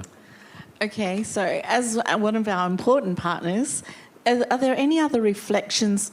You mentioned about cardiac rehab for life, which I think is a good attitude. Are there any other ongoing experiences with the healthcare system that you think, we should... I would have liked to have seen Caroline the minute I was getting ready to walk out the hospital, or that day. I think to have my local cardiac rehab nurse speak to me, I wasn't in any frame of mind to really understand anything at that point either, but to have someone there to explain, this is the next step, I'm going to see you in a week or 2 weeks, and this is the next step. To know that, we would have left hospital feeling, okay, now we've got a plan forward. When we left the hospital, I just felt we were cut adrift. We were just left, here we've got a bag of drugs and we're on our own, go for it. But if we would have speaking to someone, a cardiac rehab nurse, that this is your next step, this is what's going to happen, I think it would have made a massive difference. And I'm not only saying that from my perspective, but in the local rehab group, it would have meant a lot to everyone there. And everyone that I've spoken to since it's been involved with a cardiac event, having that ongoing support, because we want to get back to normal. We want to get back to where we were before this thing happened, and we need help. And that's what we want to do. We want to get back to where we were and have a reset, but we can't do that, and to try and find a way back, that's a hard step. And so, although the Bros is one of the most beautiful places in the world, it's still rural. What do you think are the unique challenges for you and Etta accessing specialist care and cardiac care in your neighbourhoods? Technology. Help us with technology, because not everywhere is 5G. I love seeing the 5G around here today, but there are some days I only get 3G at best, and I'm only an hour north. So technology, being access to Wi-Fi, and in some areas, travelling between where I work at Roseworthy and Tanunda, there are black spots. The phone drops out. What if that's where I had an accident? And so you can understand the technology is a major thing, a real massive thing. And what about you, Etta? What are your thoughts in accessing care for where you live in your lovely towns? There's not enough of it. There's not enough of it. And I understand that it needs to be in a bigger hospital and it needs to be centralised, but there just needs to be more money put into you guys to be trained, and you guys need to be paid your worth to do your job, because you all do a bloody good job. So, and the nurses too, the nurses have been fantastic, but we just need the government to go, you know what, we need to get the rural medical up and running, because there are people everywhere in this state that are suffering. And in rural areas, we don't have immediate access to hospitals or medical facilities like you do in the city. And having hospitals that are open and you're not getting diverted, and sometimes you don't know that until you get there, that they're the funding for our regional hospitals. And Ed is right, you guys need to be paid more. Okay, we'll work on that. So before I start my next question, I just want to let the audience know, and I want to say thank you on behalf of the NHMRC CHAP project team. CHAP stands for Country Heart Attack Prevention, which is what we did. But you may or may not know that we came to, you can see a photo of us at the Vine Inn running our workshop. So Etta and Clayton came to our workshop, our co-design workshop, stayed on board with us with advising and giving us feedback on the website, etc. But that wasn't, as Clayton said, that wasn't the end of the relationship. The next thing you know, you'll be invited to seminars at SAMRI. You're up on the big stage. And more importantly, Clayton was invited to be part of our governance committee. So as far as engagement and participation and contribution to a major NHMRC project, you guys really were as good as, or equal to the chief investigators, so that's how we value you. So just reflecting on that, what did you think about the whole experience, Clayton? Because one minute you're sitting in the Vine Inn having morning tea with us, and the next minute you're on the governance committee and on the stage at SAMRI. 1 minute he's in the Vine Inn having morning tea and telling people that their website is not, their website Rubbish, is shite and it needs sorted and you need to get rid of this and you need to get rid of that. And then... for that initial beginning, I think it's been a great experience. I've welcomed it, and I'm still doing it now, and looking to start up a local Barossa cardiac rehab group that was going but has fallen over. But I've decided no, it needs to keep going, because I know what that look is like when you've had a heart attack and you need a bit of help and you're just looking around the room for someone to help you. I know what that's like, and I've been in a room where there were 6 guys all looking around and I'm going, they need help. So if I hadn't come that day, I wouldn't be in that position. So to me, I've got to pay it forward and help out. And so I'm happy to do it and help in any way I can. And if some of it is to help with creating a best practice, then I'm all for it. Well, that's a good segue to the next question, which is, you've now done it. What's your advice on, what's your thoughts on how important is partner participation with consumers and patients in co-designing care, clinics in outpatient, websites, whatever practice we're trying to implement or bring evidence into practice? Every experience for every patient, every partner, it's all different. And in the rehab groups I've been in, there is not one that's been exactly the same. It's similar, but we're all different. So I think that needs to be taken in. But I think talking to those people, talking to your patients, and they'll give you the feedback, and you've got gut instinct. You'll know whether this person wants to help. You'll just know it, and you've got to trust in that. I'm sorry it's not a science-based thing, but you'll know the right people. And I think Robin used her gut instinct with me to ask me to carry on and to be involved. And so I think you've got to do that, and you'll find the right people. You might find the wrong people, but you'll learn from that, and that'll help you to find even more of the right people. And if we can help out and help make these things go forward, and I heard her talk about strokes earlier, and my cousin's just gone through that experience, so that's something that I've got to look at next. Then we've got to keep looking at it, and if I can convince him to be involved, then that's good. I'll do that. Not that he'll be happy about it, but I'll try. And being involved with our study, how has that changed the way you approach your day-to-day healthcare? Have we influenced you? Have you picked up clues? It's made us more talkative about it, especially with our employers. I'm lucky that my employers understand heart health. And when I say to them, look, I'm going to need to leave early today, I'm just not feeling quite right, they don't argue. Whereas I think if they weren't aware of it, they wouldn't. They would just, tough through. And also because I'm open to talk about it, and we're both open to talk about it, that if we are having a bad day, we don't just try and push through and struggle through. We do something about it. We look after ourselves and rest, do whatever we have to do, eat right, walk the dog, have a good whiskey. Have a good whiskey, that helps. My employer, my direct manager is sister-in-law to Caroline, the cardiac nurse, so she's been brilliant. She's just do whatever you need to do, and lets me have time off when I need it to do it. They let me, when I was in the midst of it all, when I was really sick, I cut back to 3 days a week. I didn't lose my job. They went 3 days a week and let me rest. And so there also needs to be, you have to be open and honest with people about it and to communicate. so that people know what's going on, and then they just don't think that, oh, you're putting it on.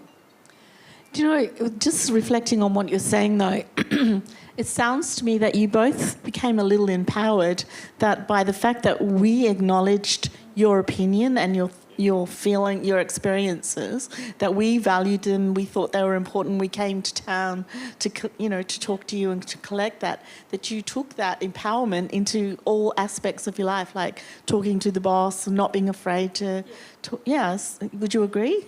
Absolutely, and even talking medical issues with my radio job, it's not something that we shy away from. That it seems to be a work where if there's anything to do with a medical issue, Clayton will take care of it, and that's because of what I've gone through, and I look into it. I recently interviewed people about epilepsy.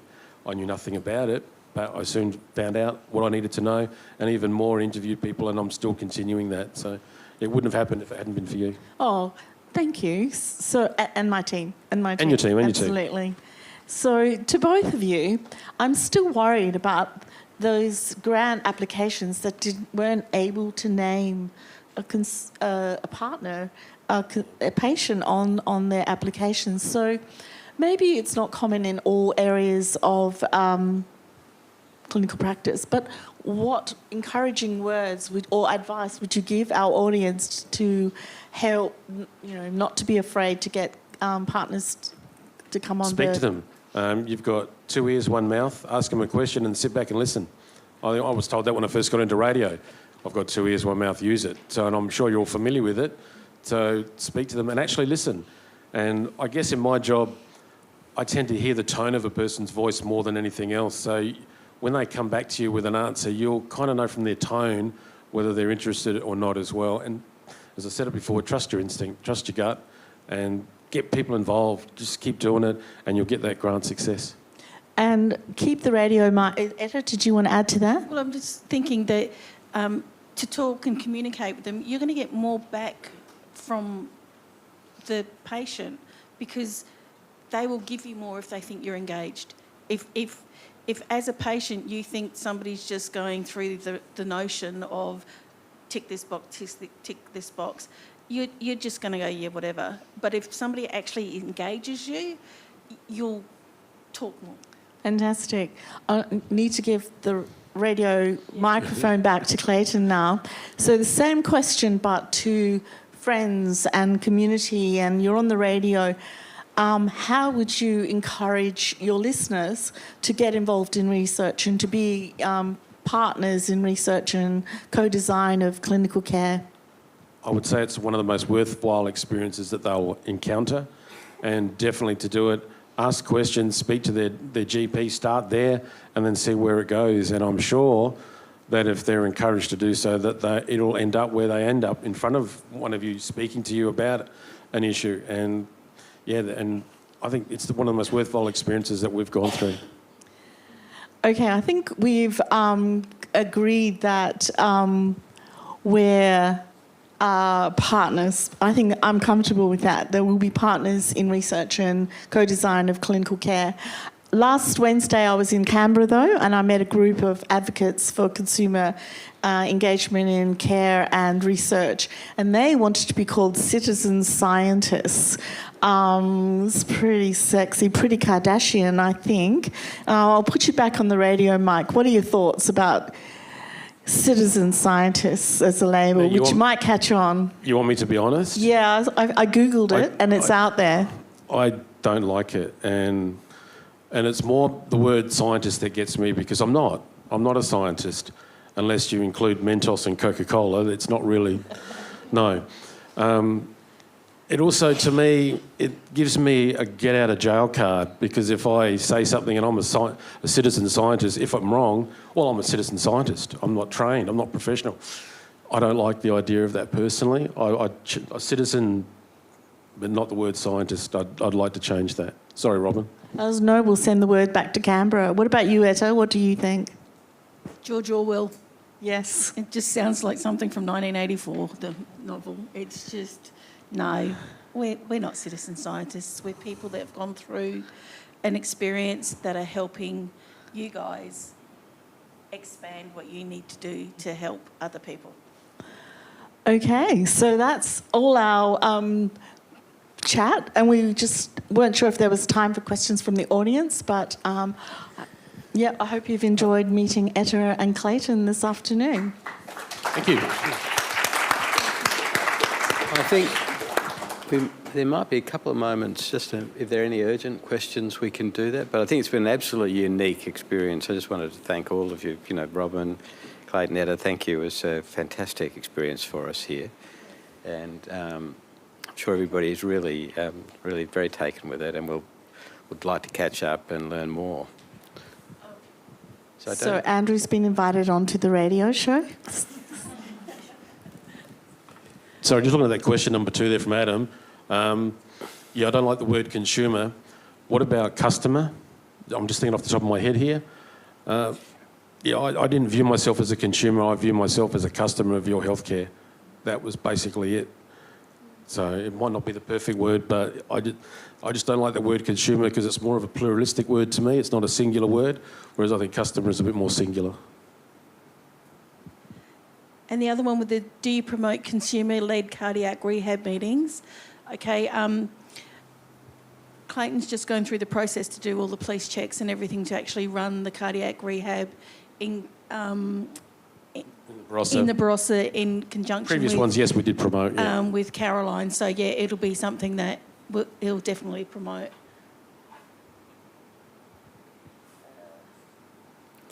Gender bias is well known. It's up to you guys to work that out. I'm a consumer. You guys are the experts.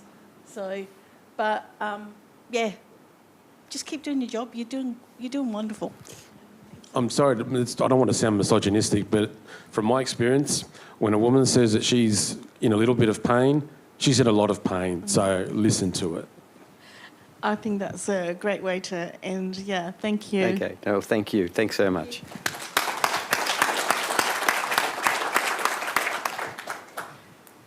We will just break for a few moments and then I will invite Professor Alison Kitson to come down and chair the next session. So please, if you can, stay, support. We've got great sessions to come. A change of gear, but you probably need a breath after something that was just so different. Thank you.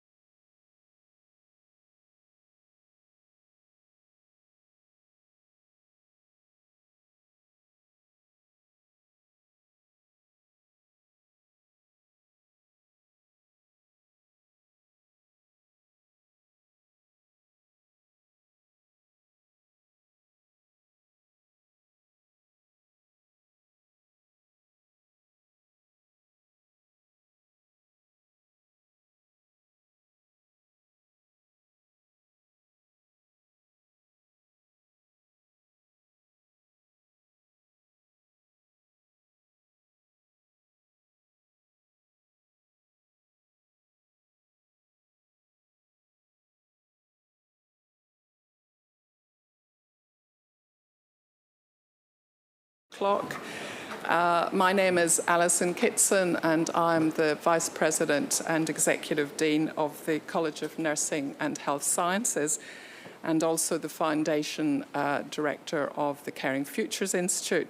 And can I just say, you know, well done Andrew and the whole team who have done such a wonderful job of connecting minds, connecting consumers, our customers who are part of this great family of health and care workers. And I think it's really nice that we have time to take a bit of time out and celebrate. And also acknowledging the fact that we have at least 100 people online at the minute. So whether you're virtual, whether you're in the room, just throw those shoulders back, relax. We've got a great speaker for you. No pressure, Ruud. He says, so the first thing I say, so how do you pronounce your name? And I'm sure lots of people say that, and of course I've forgotten, but he said, it's Ruud, and now I can't, Jaarsma, from Nijmegen. And I've been here for almost 20 years. Has a whole sort of bevy of young, ambitious interns coming from the Netherlands, so a great connection between Flinders and the Netherlands. And Ruud is going to talk to us about clinical applications of AI in orthopedic surgery. Thank you, Alison, for that kind introduction, and thank you for having me here today to speak. We'll work our way through it. That is, we'll get to me, and we'll continue there. So, AI in orthopedics, that's the topic today. And I've added a little subtitle here, because collaboration, and we've heard that a few times this afternoon, is key. No AI, and definitely no AI research without collaboration with a lot of different people. You need to have quite a few friends to get anywhere. So this is fairly topic. This was in the advertiser this morning, artificial on intelligence. And what it says is that 40% of young professionals admit that they really pretend to know more about artificial intelligence than they really do know. I might actually be in that group, which is not a great start for this presentation, but hey, we'll give it a go. So I start off with the Code to Tell program. Professor Burston asked me to talk about that a little bit, and Alison just highlighted that as well. I'll get to that in a second. After that, I'll dig into the collaborations, then continue with some current applications of AI. So what are actually the goals of AI, and what sort of research are we doing here at Flinders in that AI direction? So our Code to Tell program is a program between Flinders University and quite a few different universities. There's a program between 2 universities, which means you're doing a double degree as a PhD student. What does Code to Tell stand for? I think it's the French word for 2 masters or 2 teachers or something along those lines. The funny thing is you actually get 2 PhDs. So you get one from Flinders and you get one from your home university. So for the same work, you tick 2 boxes. And there, of course, are always requirements to that sort of stuff. You need to work for 1 year at least in each of the 2 universities. But you have to go through 2 examinations, and they both have to be good. Because if one fails, you fail the whole thing. Not 1 PhD, no PhD at all. So that's the risk you're taking, all right? They are all prior publication PhDs. So there's a lot of papers being written, which is almost necessary if you move yourself across the world. It's very hard to write a thesis as a thesis in one place, so they're all prior publications. And the universities have agreed with each other that there is no fees between the universities. So what do we have connections with? Amsterdam, Groningen, Nijmegen, all universities in the Netherlands. And then there's side tracks to Boston and Austin. I bring up Job Doornberg here. He's a professor level E from Flinders as well, but also from Groningen, and he's a very key person here. I actually stole a few slides from him as well, so I felt he needed that acknowledgement. So the Dutch people have this sort of view a little bit of Australia, and this is one of those old things, but we use and abuse that to our benefits, all right? So they come here and enjoy their life. To give you a bit of an idea, this is a slide indicating our PhD students. So these are all PhD students. Some are done, but some are around the world, as you can see. So this is sort of the current location of these students, but it's a big, big group to manage. A lot of Zooms, MS Teams, and so on and so forth. So the advantage of that is that, of course, there's a lot of research being done, and there's a lot of databases that we can sort of match together to perform AI and have enough sort of background to do it. So the students get that PhD by publication. They're young doctors, usually sort of if you compare it to the Aussie thing about RMO level. The good thing, and that's where the year comes in, both universities get the full funding. So that's where there's a little bit of double dipping there, but the 5 to 7 papers in the thesis are of course good, and from a university and a university statistics point of view it's good as well, because you get a tick for the PhD, but you also get a tick for the 5 or 7 papers, both universities. So a bit of double dipping in the uni rankings, I would say.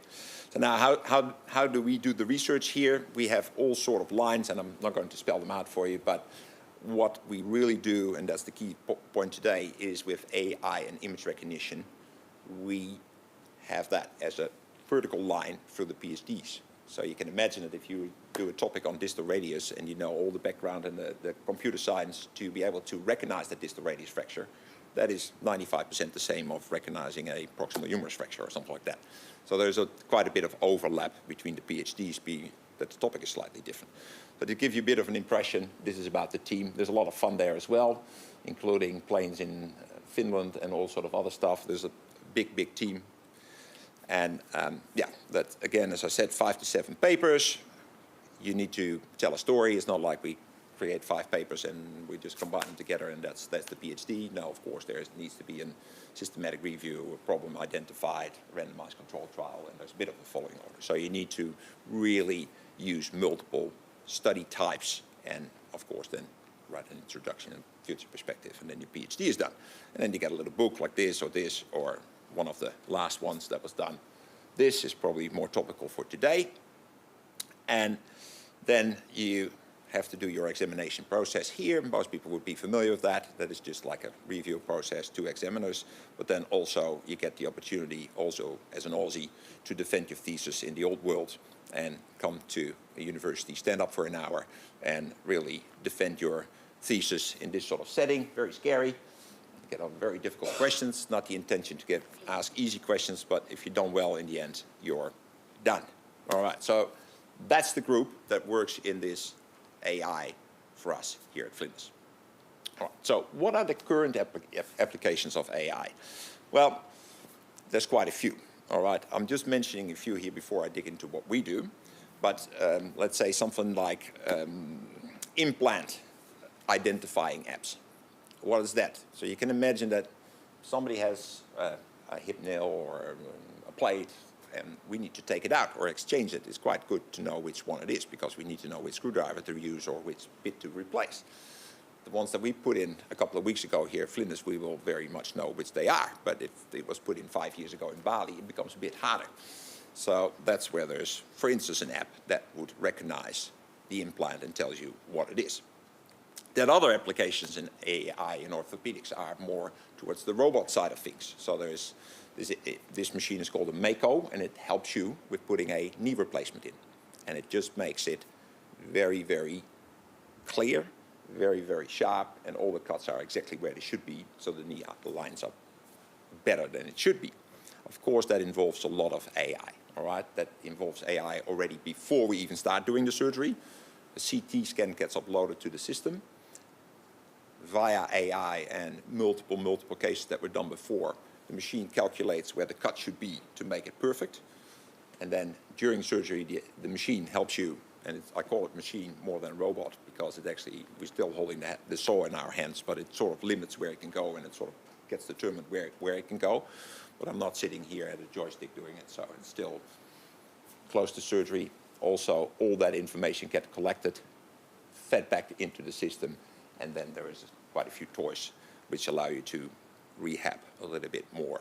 So that's the sort of stuff that is currently happening in orthopedics. All right, so it is very, very clear, also for the future, that we need large data sets. Okay, just to get an image recognition model, that means quite a few thousand images. It's not like 3 images, no, a couple of thousand. We want something about calcaneus fractures and how to treat them properly and prediction models. We need hundreds of them. So despite this being a large hospital, no chance at all that we get even close to the number that we need for AI. So without friends, without collaborations, no AI. And definitely not the research to get into something. All right, so there's a couple of layers here. We have prediction models. We have, next layer would be image recognition. And then the next layer after that would be designing a model that will actually help you to make decisions. And then the last one, and probably one of the more tricky ones, to get it actually uploaded into an electronic patient database. The last thing is not that far away. We are working with a system that's called EPIC. So that's quite an electronic system that's probably quite a bit larger than the Sunrise system that is used sort of throughout about half of the hospitals in the world. So lucky enough, we are able to work with those guys. So what we are foreseeing for ourselves is that we design in each computer a little skeleton you can click on, say, the knee, and you get the prediction models, the image recognition, and the upload into a Sunrise system, all associated with that. Let me make very clear that this is not going to work if we make this a commercial model, because all our friends would immediately not give us any data anymore. If they would think that we as a team, Flinders team, are going to make a lot of money out of that, that's it, it stops. So we have made very, very clear that this is an academic exercise, this is a non-profit setup, which then gives us all the data that we require. All right, so what would we like to do with AI? We clearly don't want this computer to stand in the way between us and the patient. It needs to guide our decision making, but it's dangerous. Everyone has an enormous potential and enormous danger. I know you understand that, and I hope you can educate us as to what you think is most needed to protect society as well as to advance it. This is really, really important. All right, so that is where, on one side, when you look at it, a lot of potential, on the other side, the danger which the President of the US highlights to us here. So I think my take on this would be fairly similar to my mate, Professor Ring, who is actually an interesting character. He's the professor of orthopedic surgery and psychiatry at Harvard, which is a very interesting combination of two fields, but that's a different story. He has said on many occasions, if the computer takes over the simple stuff, doctors will have more time again to practice the art of medicine. And I agree with him. All right, there's a lot of stuff that is nowadays, for us as doctors, in the way, a lot of admin things, a lot of bits and pieces, while there's hardly any time to actually be a doctor. All right, so now, slowly moving into the direction of research. This is based, of course, of intra and inter-observer reliability. Surgeons are not great, so we usually agree with ourselves, but not so much with our colleagues. And that is something to keep in mind when you look at AI. All right, AI should overstep that. All right, large data sets should allow for individualized care, but taking my sort of personal beliefs and me agreeing with myself really out. All right. Back to that, you need friends. We've set up something that's called a machine learning consortium. There's a lot of people that are part of this and give us databases, and we give them back, and whatever data sharing agreements, a lot of stuff in the background. But it has come to this website, which is called the traumaplatformai.org. There's a few things in here. It's a free, available website. Here are the collaborations that are part of that. A lot of universities and people involved.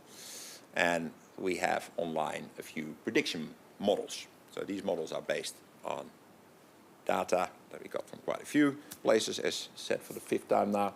And this is, for instance, just to give you a bit of an idea, scaphoid fractures, this is the little bone here in your wrist, tends to break on occasion and very hard to diagnose. So we miss quite a few of them. All right, so this model is a very straightforward, simple model based on a program that's called Azure. It's a Microsoft program that lives in the cloud. So there's 10,000 patients in here. And if there's a patient that comes in, we can key in the data. In this case, we've put in a 50-year-old female, and you can slide things up and down a little bit, sports injury, and then there's a little test. You can push on the scaphoid bone while you ulnar deviate your arm. Well, if that's a yes, then the model will tell you that there is a 56% chance that this is a fracture. What do you practically do with that? Well, not a whole lot. 56 is a bit hard, all right? It's tossing a coin here. But you can imagine that there's other options, all right? So if this patient would have been 30, the chance would be 35. And if this patient would have been a male, suddenly it becomes 79. All right, so that's based on the largest data sets. Why do you get a percentage from me? Because you don't get from me from this is a fracture, or this is, you need to treat this with a plaster or whatever.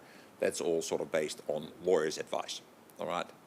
As soon as we give recommendations, the first American lawsuit will be on our back. So that's why we give percentages. If you as a surgeon feel that 97% is not enough to make this a fracture, good luck on you, all the best. So that's why we give them percentages at this stage. All right, so there's a lot of collaborations. This is just another one that we have, another machine learning tool. This is a guy that was here, enjoyed the surveying, and also wrote an interesting paper. And then we have algorithms out of the collaboration. So this is one that is working together with Boston. You can imagine there's a tumor metastatic lesion in the left proximal femur. Two options. You can do a nail, which you can see is actually a carbon nail. The reason for it, you can't see it that well, but you can do an MRI so you can see what's going on with the tumor. Or you can do a far more extending surgery, being this implant, all right? That one is about an hour of work. That one is hours and hours of work, a lot of blood loss, and probably ending up with endo in ICU. So it's a completely different sort of surgery. So now, which patient is getting which? Because we would do exactly the same operation for both. For both. Well, the lesion is the same, so the surgery would be sort of attacking the same problem. So together with Boston, there's a tool here that predicts the life expectancy of the patient pretty accurately, and based on that, we make the decision on which implant is required. So I think that this sort of helps with a couple of topics, key topics, value-based healthcare, of course. You can imagine that one is about $1,500, that one is about $15,000. Individualized care, research, and shared decision-making. So there's a couple of things here on the stake. So the next step would be this image recognition. Also, again, collaboration.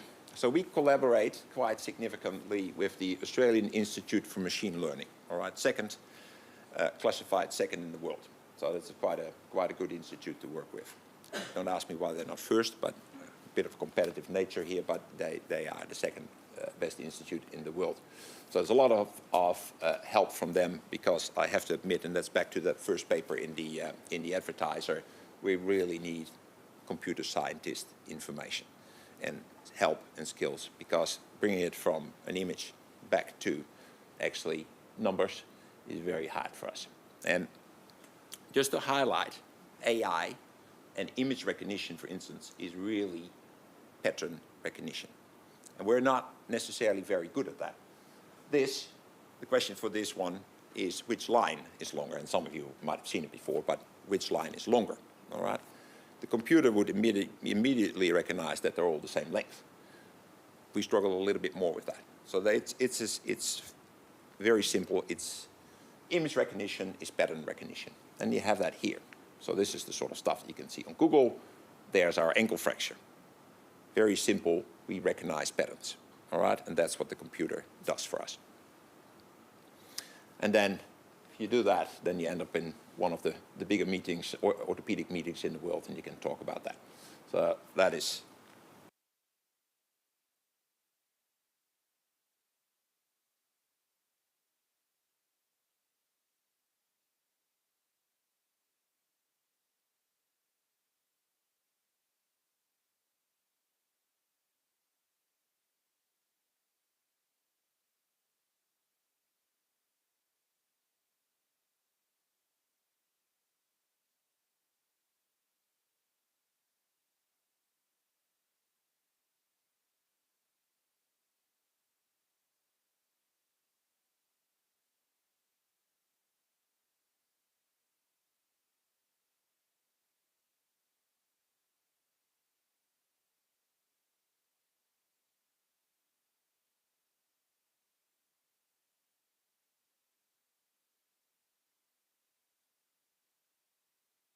1 in 6.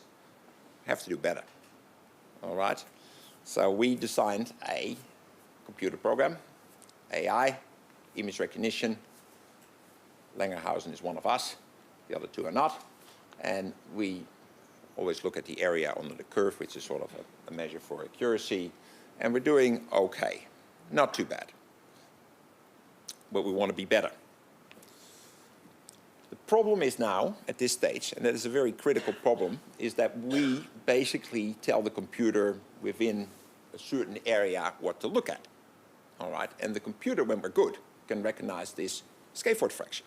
The major issue at this stage is if there's a tumor in the left-hand corner or there's a fracture in the ulna, the computer at this stage will miss it because we've only trained them on that little bit. So that's a very critical thing. And this, of course, is not something that you can do for every fracture that comes in because you already need to know where the fracture is. So that's part of it. We teach the system, and it's with all the AI and image recognition. We give them a test set or a training set, then a test set, and then an external validation. All right? That external validation is a little bit under discussion because it's very standard that you have a good image recognition program here, you recognize everything in Adelaide and so on, and then you externally validate it with a different data set, and it's always going down a little bit. All right, so the term federated learning, you might have come across that, but it's basically having an original database, an original AI program, an original prediction model, or an original whatever. And then the federated learning is sort of adjusting it to the local circumstances. So instead of the external validation, you would have seen a lot of papers coming out saying, this is a great program, but of course it still needs external validation. And the external validation always drops it down a little bit. So this was just a study to show what we could do to make it more simple, identify it with a scribble, a bounding box of segmentation, and we'll try it again. And we see that if we don't do the annotation, just give it the big picture, there's an accuracy of 79%, and with these techniques we can increase that a little bit. So that's the study. This is probably the more interesting one, where we can see the accuracy against orthopedic surgeons, and we see slowly the computer is getting better than we are. It's a bit unfair because the computer looks at the X-ray, and we have trained them. We told them that there was a fracture. Why did we tell them? Because we also had a CT in the background that we're actually not seeing now, but we have more information than we could see from the picture. So by training the system, they actually get smarter than we are, or less stupid, depending on how you look at it. So now, what does the computer actually look at? Because this is the black box of AI. What are we actually looking at? So what that is a study where we have these heat maps, and you can see what the computer actually looks at. And you see when you identify a literal area, it tends to look more at an important part than when you give them the whole image, which makes sense, of course. So now back to that point, recognizing more than one. We need to have multiple of these systems combined to be able to recognize all the issues and be able to even get close to competing with a radiologist. So that will take a long time. But the uncropped image, just having the whole image as we would normally see it, would be the next step. And of course the annotation improves a little bit, but we really don't want that. So it's another paper that we wrote about that, and yeah, that's again highlights the collaboration that we have. And then I think this is always a critical picture. We always start really get a trigger and we're really on the hype, and then there's a few things coming in that make it slightly disappointing, and I think we're sort of on the way to a more established situation as we speak. So the big thing is, can we take that next step? So can we, and it's back to where we started today as well, can we integrate it? And we have been able to recognize, we can classify fractures, we can have the computer, but can we have the computer decide on the treatment? Because now we say, okay, yes, you have a fracture, yes, you do not have a fracture, but it doesn't really implicate what we should do. So a nice and typical example is distal radius fractures. And that's nice when you sort of travel the world and talk to a lot of other people. Here at Flinders, if you have a distal radius fracture, so a wrist fracture, and you come in, there's a 75% chance you get an operation.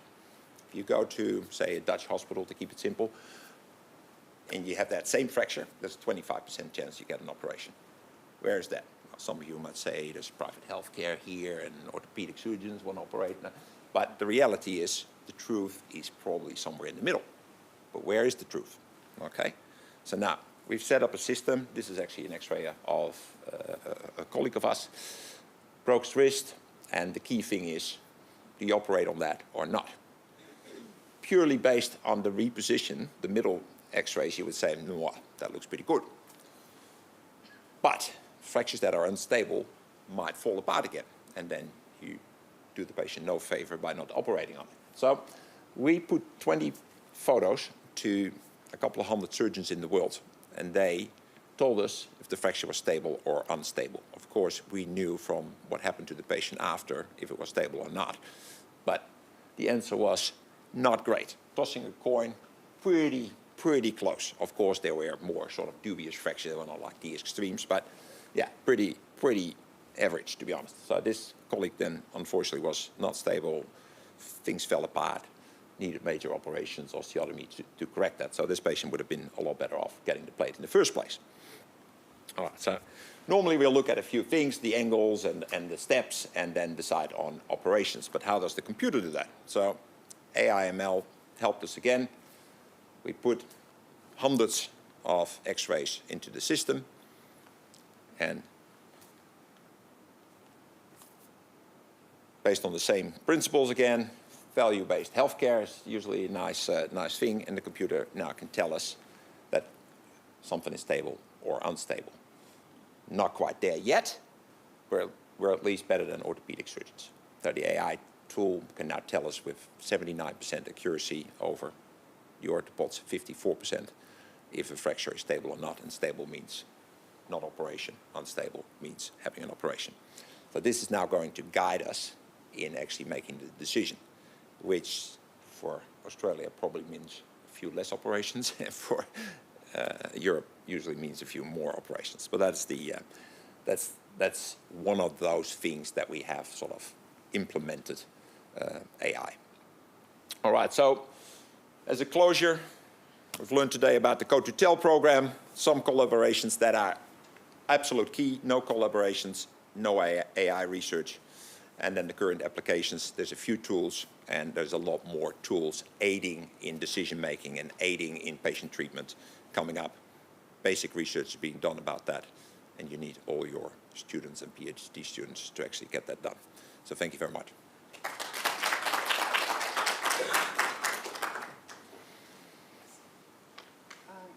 I'll just come in. I'm going to start questions, and then we'll get some. Yeah, okay. So, Ruud, bias. So the AI systems are only as good as the information that's been put in, and that is usually people like yourself. Mm-hmm. So how do you account for the inevitable bias that will be in these large data sets, and what has AI done to manage that? There's a few things. The prediction models are based on large trials that are done in the world. So we don't like to base it on one trial, but most of them have trials from the US, trials from Europe, trials from Australia in it. So it's a mixed bag of trials. Of course, you need to have overlapping things that they looked at. So that's sort of spreading the love a little bit. And image recognition is really determined by the quality of the X-ray, the exact angles they were made, and that makes it a little bit harder. For this research, we have a overarching agreement that we can use any X-ray that sits in the SAMI system for our research, which is quite helpful, of course, de-identified and all that sort of stuff. So, but that means that a lot of these X-rays come out of the system here. Hence, we use 5,000 X-rays of a certain thing. That's our training and test set, and then it gets externally validated with similar things out of the Netherlands and the US to make sure that it sort of dilutes down to something that is more generally applicable, trying to take that bias out. Yeah. But if you had data sets from South America and Africa and China, would that alter the data sets that you're currently Yeah, using? so that gets into that interesting federated learning that I just mentioned brief, because what we've seen a few times is that we went to, we have done a nice one with Boston where they had an algorithm, we had one, and they tested our data and we tested their data, and we ended up with something, a new one in the middle. But basically, we had a better one for these circumstances, and they had a better one for their circumstances. So in the end, I didn't feel we both won. Yeah, but all right, and then if we start intermingling with even other ones, yes, it would be a generalizable thing around the world, but not necessarily better for the local circumstances. So that is a very critical issue you're touching on there. good. Okay. So, any questions in the room? Or we're all pretending we know more about AI than. Are we in the 40 or the 60% yes. group? So the other thing that struck me is, of course, teams that have historically been collecting a lot of good clinical data are in the fast lane when it comes to AI. But I'm thinking as a nurse or as an allied health professional where data quality and data storage and data volume are all infantile. So what advice would you give us in terms of being able to start to use AI in care or in clinical, in physiotherapy or in occupational therapy? Yeah, so the most critical thing for us was having the expertise to actually, the computer science technology, the computer whiz kits, to actually be able to help you out. Yeah. That is the first. Without that, no chance. Then the second one is having your data set, enough numbers in there. Yeah. And it's not as simple as a power calculation in the study. It needs significant numbers. Yeah. And normally a single institute like ours would not be able to even get even close to the numbers that you need for this sort of AI work. So the next one is partner with other colleagues that do the similar sort of work. Yeah. And then, again, back to your scientist, computer science, and do it. So if you ask me how these guys in AI ML exactly do the calculations, I would have no idea. No. All right, so that just to give you a bit of an idea. Okay, so we've got, I think, shall we do this one first and then Kate, or is yours a follow-up from my question? No. Okay, so how far are we from radiologists becoming extinct? Now, you better be very careful in how you answer this one. Yeah. So now, it's the same story for most professions. Radiology is of course, very closely to the image recognition. I think we're still quite far away, simply because of the combinations that we cannot make. All right? We can train a certain thing for a treatment, but the overview will be a long, long time away. Okay. Where all the specifics are in one. Okay. One thing. Kate? Just coming back to Andrew's comment, I think this is an innovation and evidence-based practice, but what have been the obstacles in clinical practice? So are people sceptical about it? Is it hard to connect because it's not embedded in Sunrise? Like, what are some of those practicalities? Yeah, so the practicalities is the availability of the model. All right, for now, you need to go to a website and find it and then start it up, and that sort of stuff. So that's the accessibility of it. There is some of the numbers, there's a little bit of skeptical work about it, because really if you get some of the middle numbers, like there's 65% chance or there's 48%, or what do you do with it? So that's the other side of the story. And then I think it's something that will grow with maybe age. Maybe if you get a bit older, it's a bit harder to make that step, and the young generation will grow up with it, and we have in orthopedics a lot of technologies that we used to do in our training that nobody knows how to do anymore, because we now have this computer navigated whatever thing for it. So I think I see this being implemented over time rather than like today we're going to tell you to use it something. Okay, so we have another question. What support did you need from universities and health services to set up the collaboration? How can we see more of these across other disciplines? Yeah, so the collaboration is actually not an orthopedic one. The collaboration is a university. So if there would be a different specialty here, they can use the same code to tell. It's not it's the agreement between the Amsterdam University and Flinders University rather than the orthopedic department and the orthopedic department with each other. So that's an overarching type thing that could be used. It usually needs a person, to be honest with you. This runs by somebody who drives this, somebody who happens to have the feet in both camps, and then slowly build it up. It's not something that will be started by the universities, it's by the person connecting the dots. Yeah. It comes back to identifying the champion and using the networks. Yeah, and still.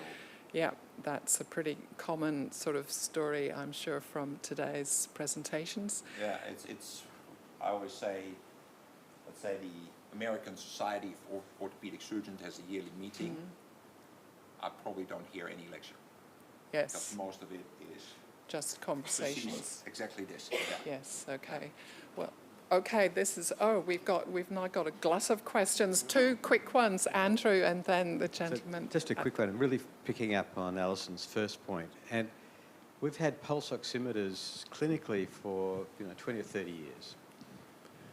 And only in the last 2 or 3 years have we realised the impact of skin pigmentation on the accuracy of pulse oximeters. And now we recognise that the calibration data set was not inclusive enough.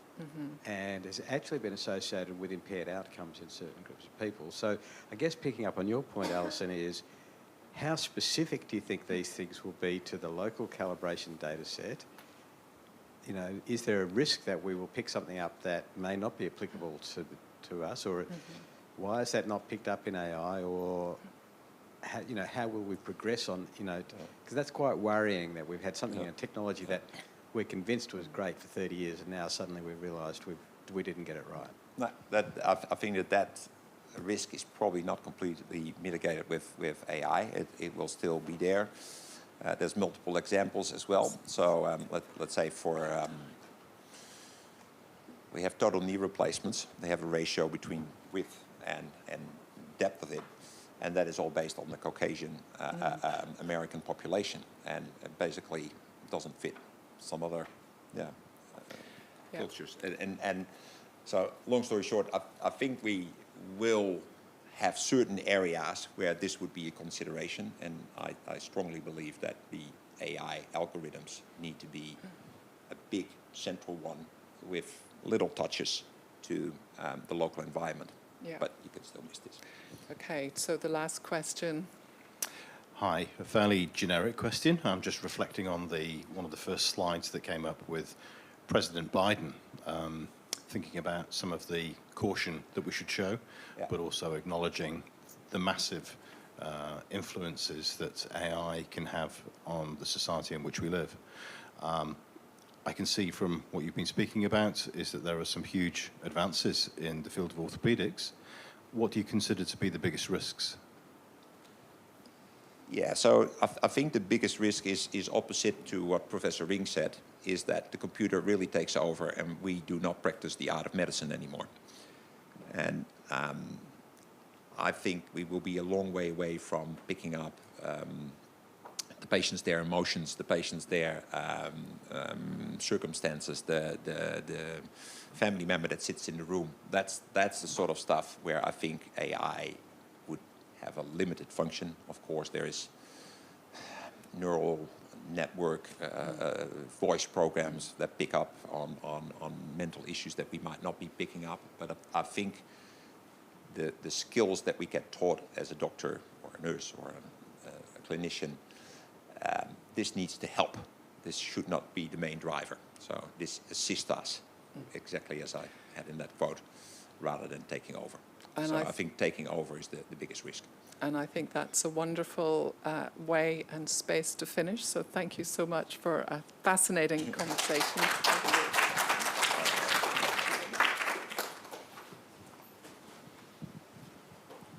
Thank you, Alison. just as we break for afternoon tea, just want to remind everybody that we've got poster session on at the same time up there, so please support the posters while you wet your whistle and resuscitate yourself for the next session. But thank you. Please thank all the speakers. It was a great session. I know, long session, but I think everybody has stayed well and it was just excellent. So thanks so much, everybody.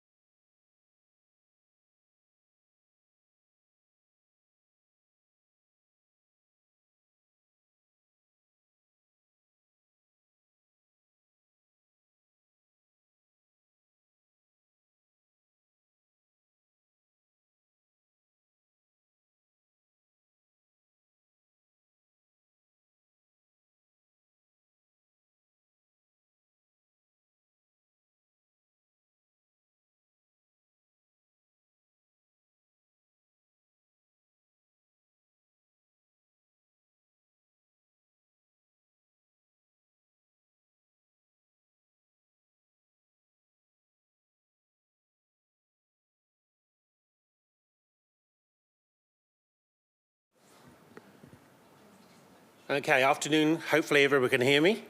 I'm not used to using a microphone. Normally my voice carries across the room, especially in a small room. Afternoon, ladies and gentlemen. Welcome to SALHN Research Week. I am very pleased to be standing here today on behalf of Justin Prendergast, the Executive Director of Nursing and Midwifery, who is unfortunately on leave this week over in Tasmania. My name is Michael Fordham. I am nominally the Deputy Director for Nursing and Midwifery and the Nursing Director for Corporate Nursing. Firstly and formally, I would like to acknowledge that the land that we meet on today is the land of the Kaurna people, the traditional custodians of the Adelaide Plains, and that we pay respects to elders past, present and emerging, and that we pay respects to their cultural beliefs and the relationships that the Kaurna people have with their land and with the Adelaide Plains. As I said, my name is Michael Fordham. My co-conspirator in these sessions is Linda Colhagen, the Executive Director for Allied Health for SALHN. We have 7 papers in the free session to deliver to you today that run the gambit across the health journey: medication management, aged care, and medicine and management with labelling. As the sessions run through, and I will quickly skip through, you will come across the QR code, which has all become synonymous ever since the land of COVID arrived with us. So if you get the opportunity, log into that now, use the QR code to provide some voting and feedback, because there are prizes available for the paper presentation, as everybody can see there. $2,000 to the awarded to the paper presentation, and $500 to be awarded to the poster presentation. And that is where you can join slido.com. So I'm notorious with names, and I did have to speak to the first speaker, so I apologise if I'm about to get this wrong. I would like to welcome to the floor Mr. Vasilios Sotropoulos, I'll get that right, who is from Allied Health, who is a pharmacist, who is going to deliver a paper on the evaluation of partnered pharmacist medication chartering here at SALHN. So welcome, Vasilios.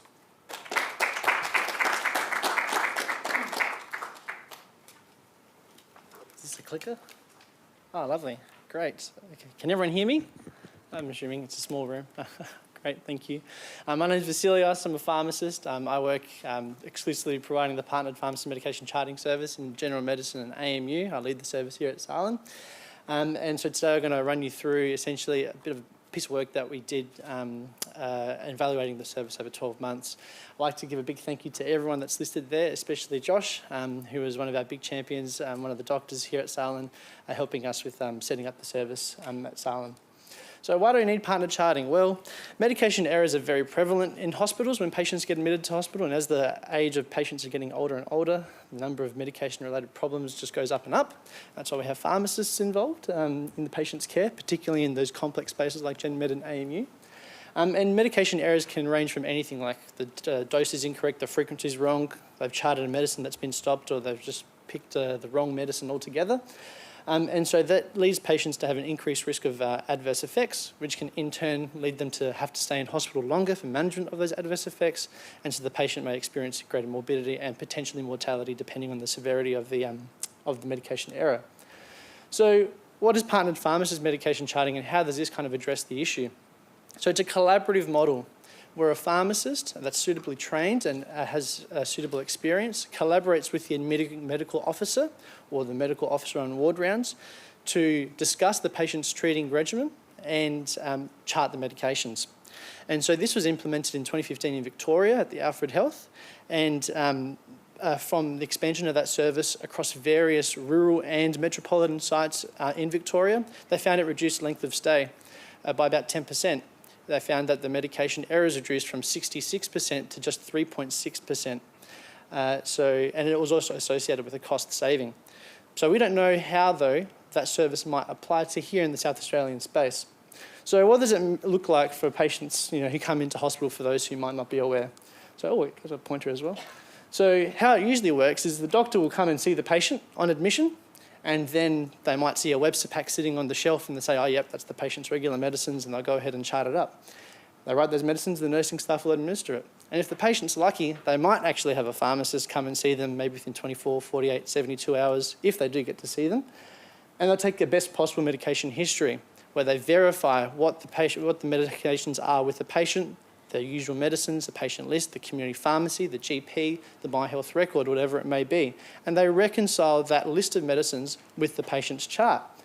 And then the pharmacist would come along and ask the doctor, well, you've charted all the medicines, however, you've missed their long-acting insulin that they're normally on, and the apixaban's actually only charted once a day instead of twice a day, so we're not correctly preventing them for strokes, which is just a couple of the examples that I had this morning in the ED. So we asked the doctor to kindly, please could you correct the chart, and the doctor's very happy, and we go ahead and make those changes. But as you can see, there's a bit of a lag time, and so there is a risk of something going wrong within those first couple of days on admission, particularly if a patient might come on a Friday afternoon and a pharmacist might not get to them until maybe a Tuesday. So how does PPMC, or partnered pharmacist medication charting, address this? So the doctor still goes ahead and does their admission, but we have that early pharmacist involvement in the ED with the admitting doctor. And there's a more integrated collaborative approach between doctor and pharmacist to discuss the medications that the patient was on before they came in. The doctor provides their assessment, and they have a clinical discussion, and the pharmacist documents what these medicines are to continue on admission in hospital in a note that's signed by both parties. The pharmacist then charts the medicines, the nurse will administer it. The patient should hopefully get the medications right from the very get-go. So the aim of our project, when we implemented this in 2022, was to see if PPMC in South Australia, here at SALHN, could replicate the same benefits that was seen in Victoria and also in Hobart, who did that earlier this year. And so we included, for the purpose of PPMC, any patient that would walk through the doors that would be admitted to the acute medical unit, which is a short stay unit, 2 to 3 days absolute maximum, or they would go to a long stay general medicine unit, or they could be admitted directly to the general medicine unit from the get-go if they were believed to need a few more days before they could be turned around and go home.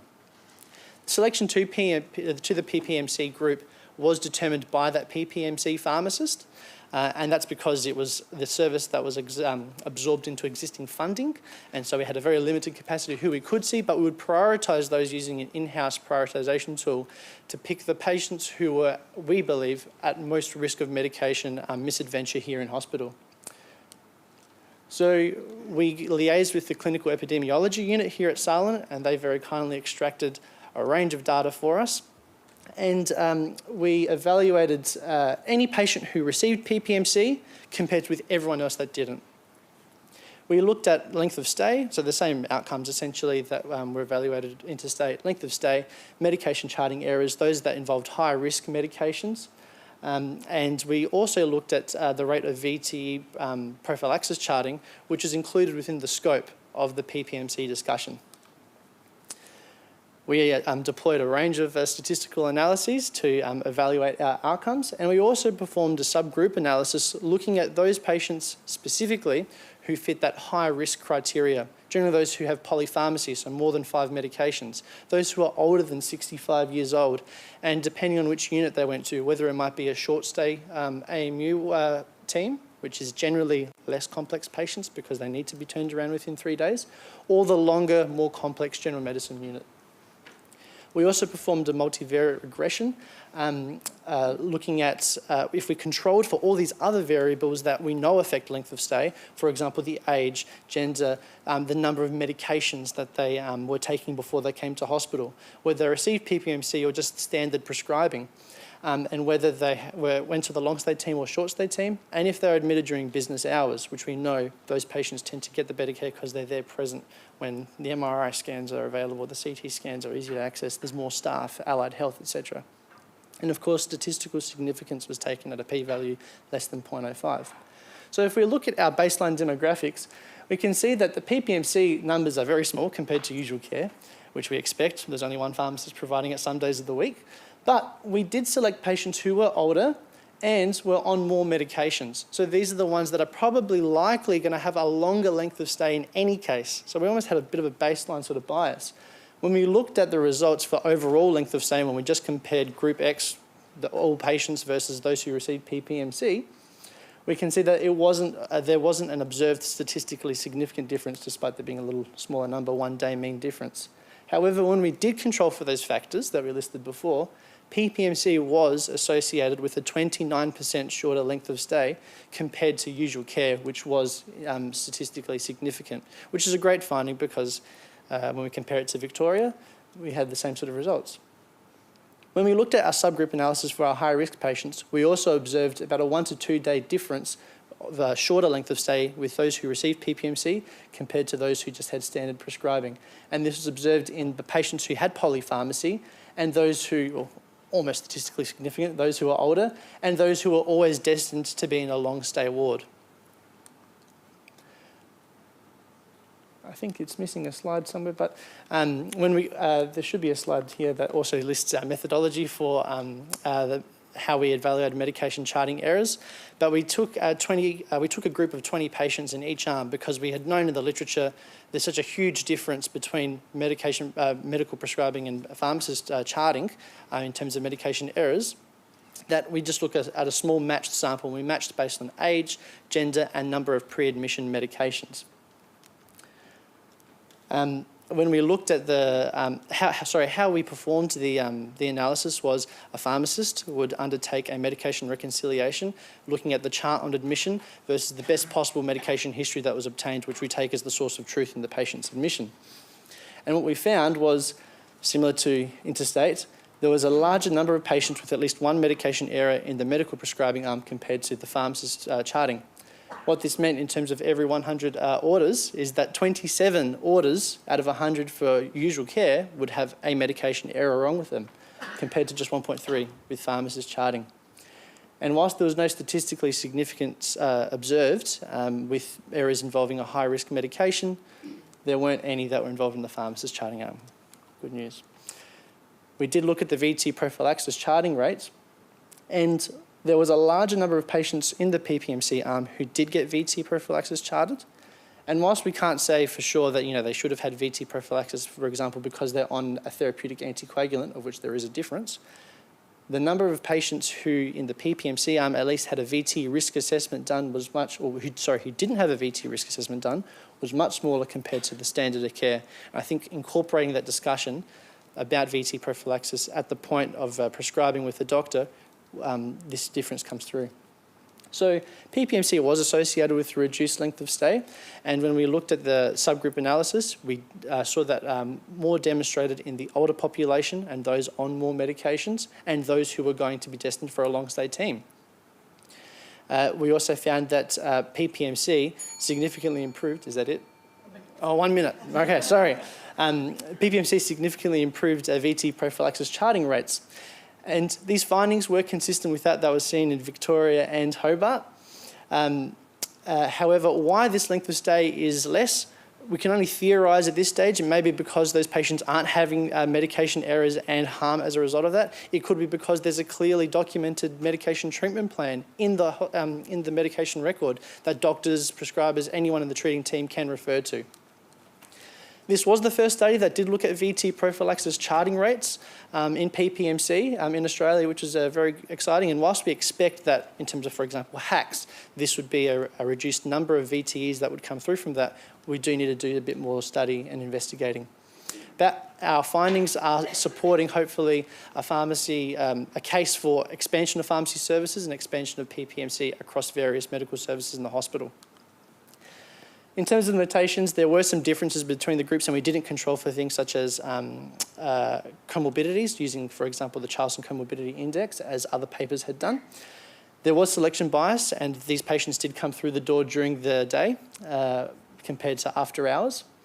Medication errors were evaluated retrospectively rather than prospectively, as had been done in the literature, and we didn't look at the types of errors and whether any harm did come from those. But in conclusion, PPMC was associated with a reduced length of stay, reduced medication charting errors, better VT prophylaxis charting rates. It suggests that the service that we're providing here in South Australia is comparable to that in interstate in Victoria and Hobart. But we do need to do further evaluation on the effects of this charting and whether it's actually a cost-effective service. But more research is being done. That's it. Thank you.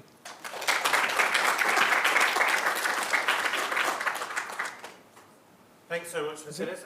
We've got time. We have to keep moving along, so I apologise to everybody on this. We've got time for one question from the audience to Vasilis.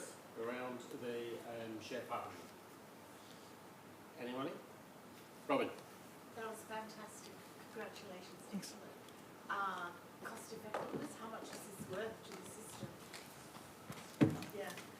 Sorry, I was very interested. Well done, excellent talk. I was just interested in, are you thinking about doing a cost effectiveness evaluation, see how much money this will save the system?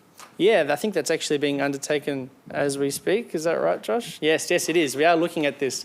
Well, I can tell you that from the Victorian studies, they did look at this in terms of how much does it cost to implement pharmacists, how much it costs to train pharmacists, and the savings as a result of reduced length of stay, potentially reduced readmission rates. They found that for every PPMC intervention, you save $786. So if you multiply the number of pharmacists out, it equates, I think the Victorian economic evaluation looked at a saving of $1 million a year or something to that effect. So we'll be very curious to see what we have here in South Australia, but it has been shown in Victoria to be cost effective, and that's why they expanded it out and they received Department of Health grants to roll it out across the whole state in rural sites as well. Thanks. All right.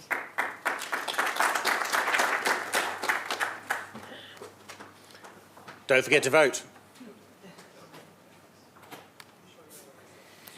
It is my great pleasure now to invite to the floor Jenny Ferrant from Allied Health and Medicine, Cardiac and Critical Care Services to present a paper on You've Got to Move, the current practice of and health professionals' perspectives about promoting early mobilisation in admitted patients. Jenny.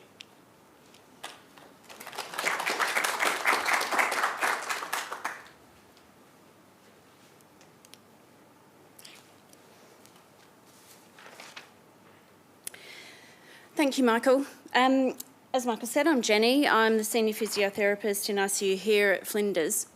So, you've got to move. We all know the benefits of moving and we all know the risks of immobility. So why is it that our patients aren't moving as much as we'd like? Within physiotherapy, we decided to embark on this project to investigate this, as titled up there.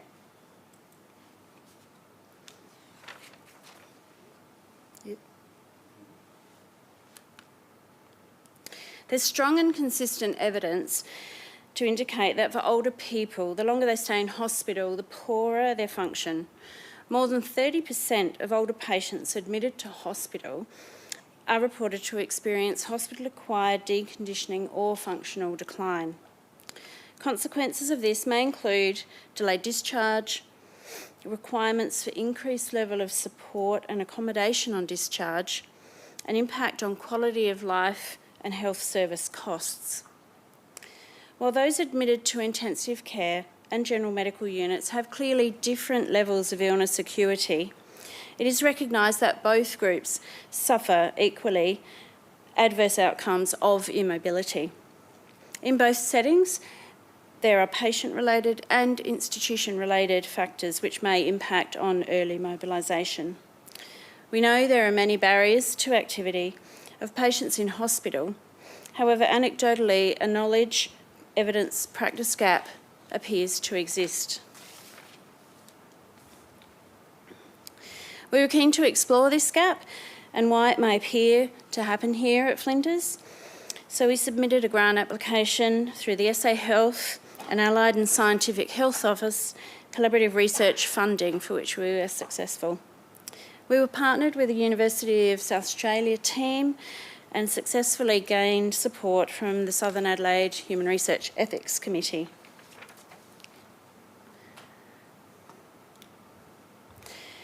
Our aim was to investigate documented levels of mobility and explore staff's attitudes towards mobilisation of inpatients where their first entry point was admission to either ICU or to a general medical unit, and then using a knowledge translation framework to address delays and low levels of mobilisation. In order to do this, we undertook a mixed methods study involving 3 stages. So the first stage involved mapping patient mobility by undertaking a retrospective clinical audit of randomly selected medical records over 4 time points in a 12-month period. A tool scoring the highest level of mobility achieved for each day was used to help understand practice. Stage 2 involved conducting focus groups to explore staff's perspectives of patient mobilisation. There were 6 groups in total, which were discipline specific, consisting of nursing, medical and physiotherapy staff in each of the ICU and Gen Medical units. Stage 3, we aim to develop a plan for improvement in practice, including sharing findings and working collaboratively with stakeholders, hopefully.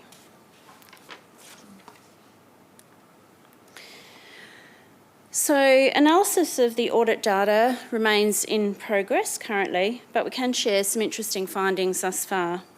So in summary, in 2018, there was just under 8,400 patient admissions to Flinders, where the first admission point was to a general medical unit or ICU. 141 randomly selected medical records over the 4 time points were audited. 110 were included, and both the ICU and general medical groups appeared fairly even. So a snapshot of the initial days of admission has indicated that only a small percentage of patients were documented to be sitting or walking several steps. So 2% sitting out of bed, 3% walked maybe 10 steps. A striking observation thus far is that mobility is not optimally documented, hence we are unable to determine if patients had moved or not in this retrospective audit. In comparison, you can see there that falls risk screening forms were completed almost 100% of the time, which of course is fantastic.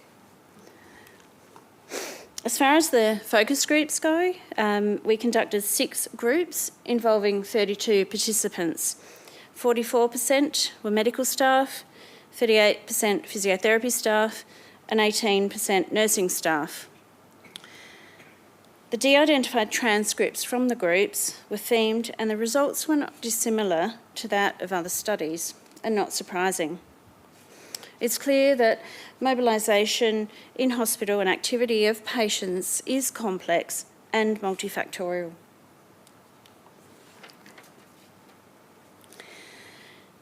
This slide shows the many factors identified in our study.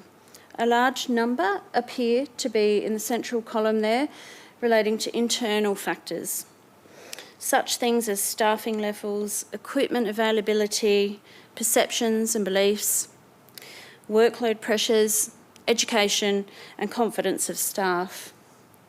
Of course, not making light of the equally significant patient-centred factors and organisational factors. They are not independent of each other, of course. I'd just like to share 2 quotes from some of the transcripts from the groups.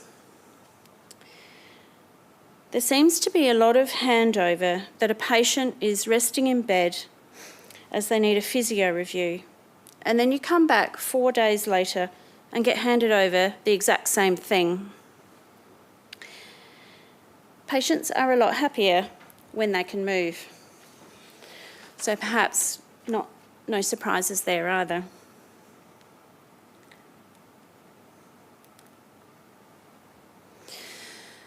We know patients don't move optimally and that it is complex and multifactorial. Whilst we're yet to explore this gap more deeply, can we suggest, as other studies have, that focus on such things as expected standards around falls risk might lead to increased time in bed or not moving, which reduces falls but can increase pressure injury risk and functional decline. What about mobility risk? How can we measure this? A question for us all might be, how can the profile of mobility and activity be improved to match that of falls risk screening?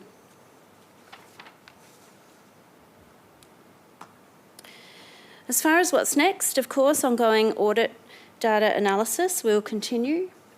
Information from the audit results and focus groups will be considered using the knowledge translation framework with our UniSA friends, thankfully, and hopefully to develop an improvement plan. Further dissemination of results and collaboration with the ICU and General Medical Multi-D teams also will occur. Looking forward, it may be appropriate to seek consumer involvement as appropriate, as well as plans for implementation and evaluation of any improvement plan developed.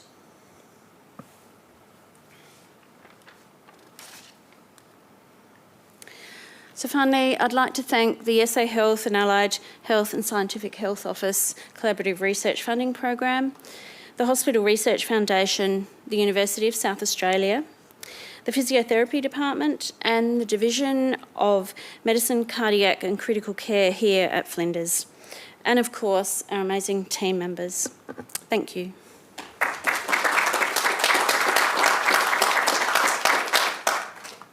Thanks very much, Jenny. There we go. Vote.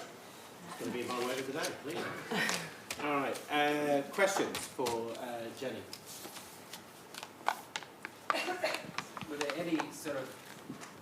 Were there any perceived barriers to medical staff getting patients out of bed, or is it just let's tick a box, needs a physiotherapy review, rather than swing your legs over the bed, I want to have a listen to you, while you're up, get in the chair? Any of that was evident?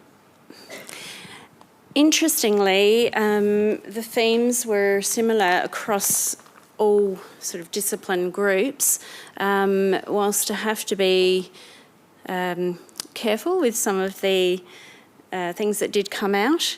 There does appear to be gaps in education and expectation of roles. Can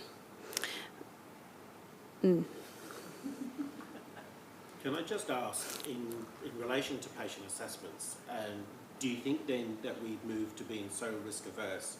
When you think about, I chair PIPM, which is the pressure injury prevention. Yep. So do you think that we have moved to the point where we've become so risk averse with regard to it that there is an opinion perhaps within my nursing and midwifery colleagues that it's safer to keep somebody in bed and still than it is to allow them to walk? Absolutely, absolutely. I know that we all know that getting moving is important, and we know about functional decline. But yeah, absolutely, it would appear that way. I'm familiar with some coroner's findings from patient experiences with unfortunate adverse outcomes relating to that exact same thing. We're following what we're meant to do, apply and assess for falls risk, and maybe that fear of what might happen, or I'm not sure how to do this, or absolutely. Thank you. Thank you so much, Sharon.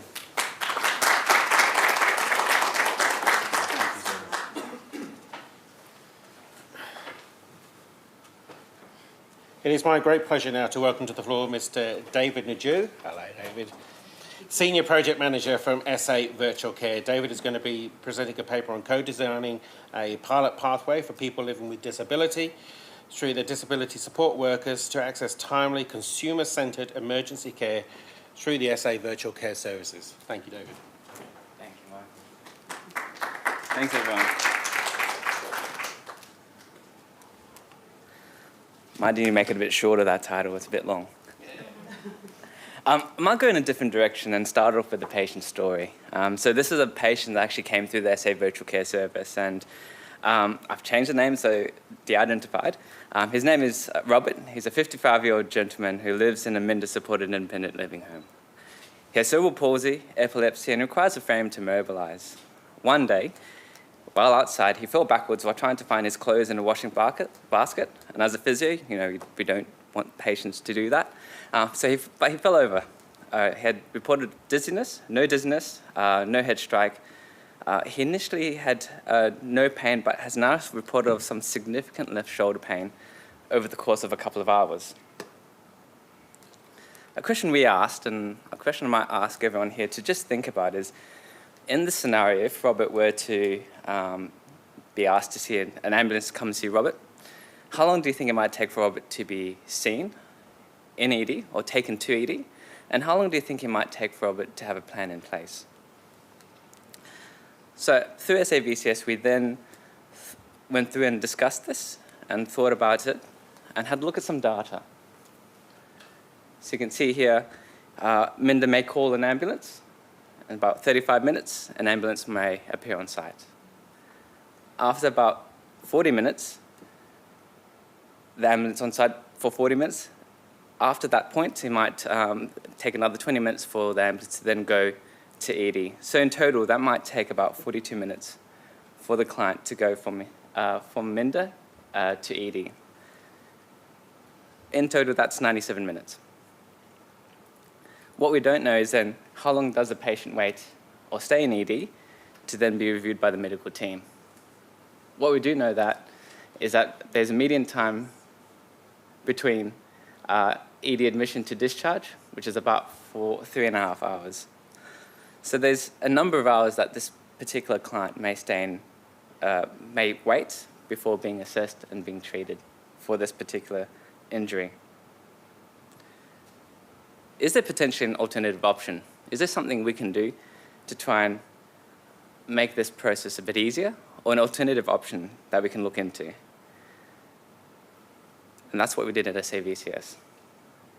So what is SAVCS? SAVCS is a virtually enabled emergency care service. We have a multidisciplinary team of SAS paramedics, senior medical consultants, senior nurses, a data analytic team, and a project team. Our initial pathways were through a collaboration with SAS and in the regional space, but as we started to expand, we started exploring different pathways, such as residential aged care facility, and in this instance, we started to explore the pathway through to people living with a disability through the disability support workers. To design this process, or to design this pathway, we went through a co-design workshop. This occurred in October of 2022 with representatives from SAS, Minda, DHS, Wellbeing SA, and most importantly, people living with disability and their families, as well as ourselves at SAVCS. As a part of this workshop, we understood or listened to stories, lived experiences from clients to try and understand what a good pathway would look like. We also explored what sort of metrics we want to assess to measure success. Identify current barriers, risks, and issues that might arise as we start to develop this pathway between people living with disability and here at SAVCS. And finally, we also explored what matters most to the clients, patients, and their families. Following the initial workshop, we continued to collaborate with the stakeholders in regular meetings to further develop the pathway to then be able to implement through different iterations of the pathway itself. By the end of it, we were able to identify what our value is for people living with disability and their families to ensure that our service is timely, safe, and tailored in a familiar environment involving the client and family. To the disability support workers to ensure that health professional support and reassurance, or to provide, health professional support and reinsurance in a safe and streamlined approach. And finally, to other stakeholders, that we are effective, efficient, appropriate, and cost-effective in terms of the resources that we use across all levels of the health system. The pathway itself commenced about 2 months later in December of 2022, with pilot sites being Minda Brighton, selected Minda cluster homes, T2A Tree Pattern, St. Mark's. At about 3 months post-implementation, we reviewed the service or the pathway in terms of the data that we received, as well as through surveys. So in terms of the results, the outcomes, about 220 clients were able to access SAVCS through the disability support workers, of which we had about 171 referrals during that period, and about 101 individual clients or unique clients used our service. The median time from a call coming through to SAVCS to the treating clinician picking up or answering or connecting through to the call is about 14 minutes. And a total length of stay from call coming through to SAVCS to a plan in place is 42 minutes. Importantly, 88% of the time, the clients or the patients were able to receive care without needing to further go to an ED. So about 12% of the time, there was a need for the client to actually go to ED. The service was safe with no major incidences, and the readmission rates was about 8.9%. From an experience perspective, through the surveys, it was identified that from the disability support workers, we received a Net Promoter Score of about 70, which is excellent. And from the consumers, patients, all their families, we received a Net Promoter Score of 75, which is excellent to world class. And as a part of the survey, we also wanted to understand, would it be worthwhile expanding? And through the survey, it was identified that we had overwhelming support for the service to expand to the rest of the Minda cluster homes and to other disability service providers. Okay, so if we look at the pathway or now, and what Robert might experience is a call from Minda will come through to us. It takes about 30 seconds for our triage team to answer, whether it's a HNAV or triage nurse. It takes about 12 minutes for it to then be transferred over to the doctor, in which about 20 minutes from then to do the consult, to then have a plan in place.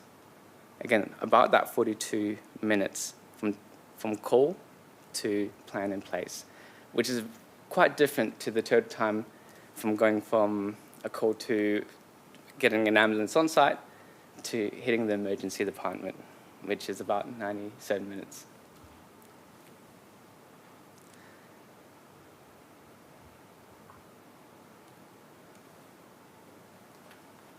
I'd like to talk to you about the patient story again. So Robert, his experience was that he was seen by the consultant. A plan was put in place, including pain relief, and a mobile X-ray was able to go to site to be able to see his shoulder to ensure whether there was any fractures or anything like that.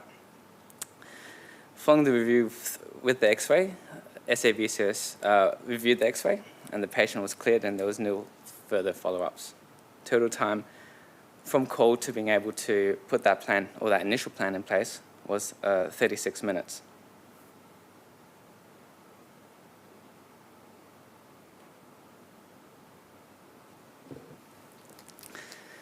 In conclusion, the co-design workshop and process was able to create a pilot pathway for disability clients that was safe, consumer-centred and timely.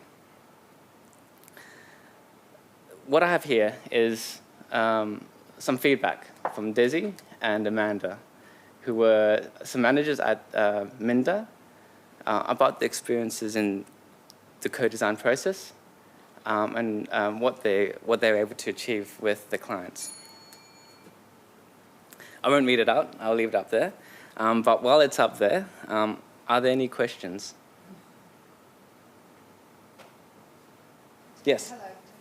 Is the Great Initiative, is it available 24 hours? No, so SAVCS operating hours is 8 a.m. to 10 p.m. And that's actually, I didn't really write it. There's lots of different stories as a part of this pathway, and one of them is the feedback that we received through those surveys.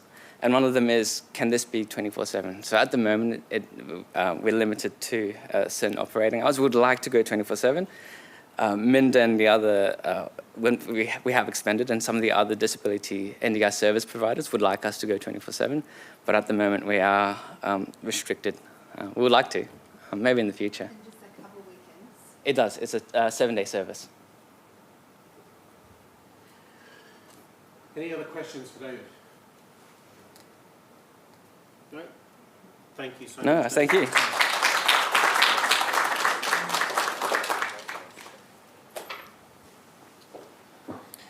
Thank you so much. It is my great pleasure now to welcome to the floor Dr. Anthony Smith, Senior Consultant, Clinical Immunology and Allergy from the Division of Medicine, Cardiac and Critical Care here at Flinders. And Anthony will be presenting a paper on the SALHN benefits from proactive beta-lactam allergy delabelling. Anthony.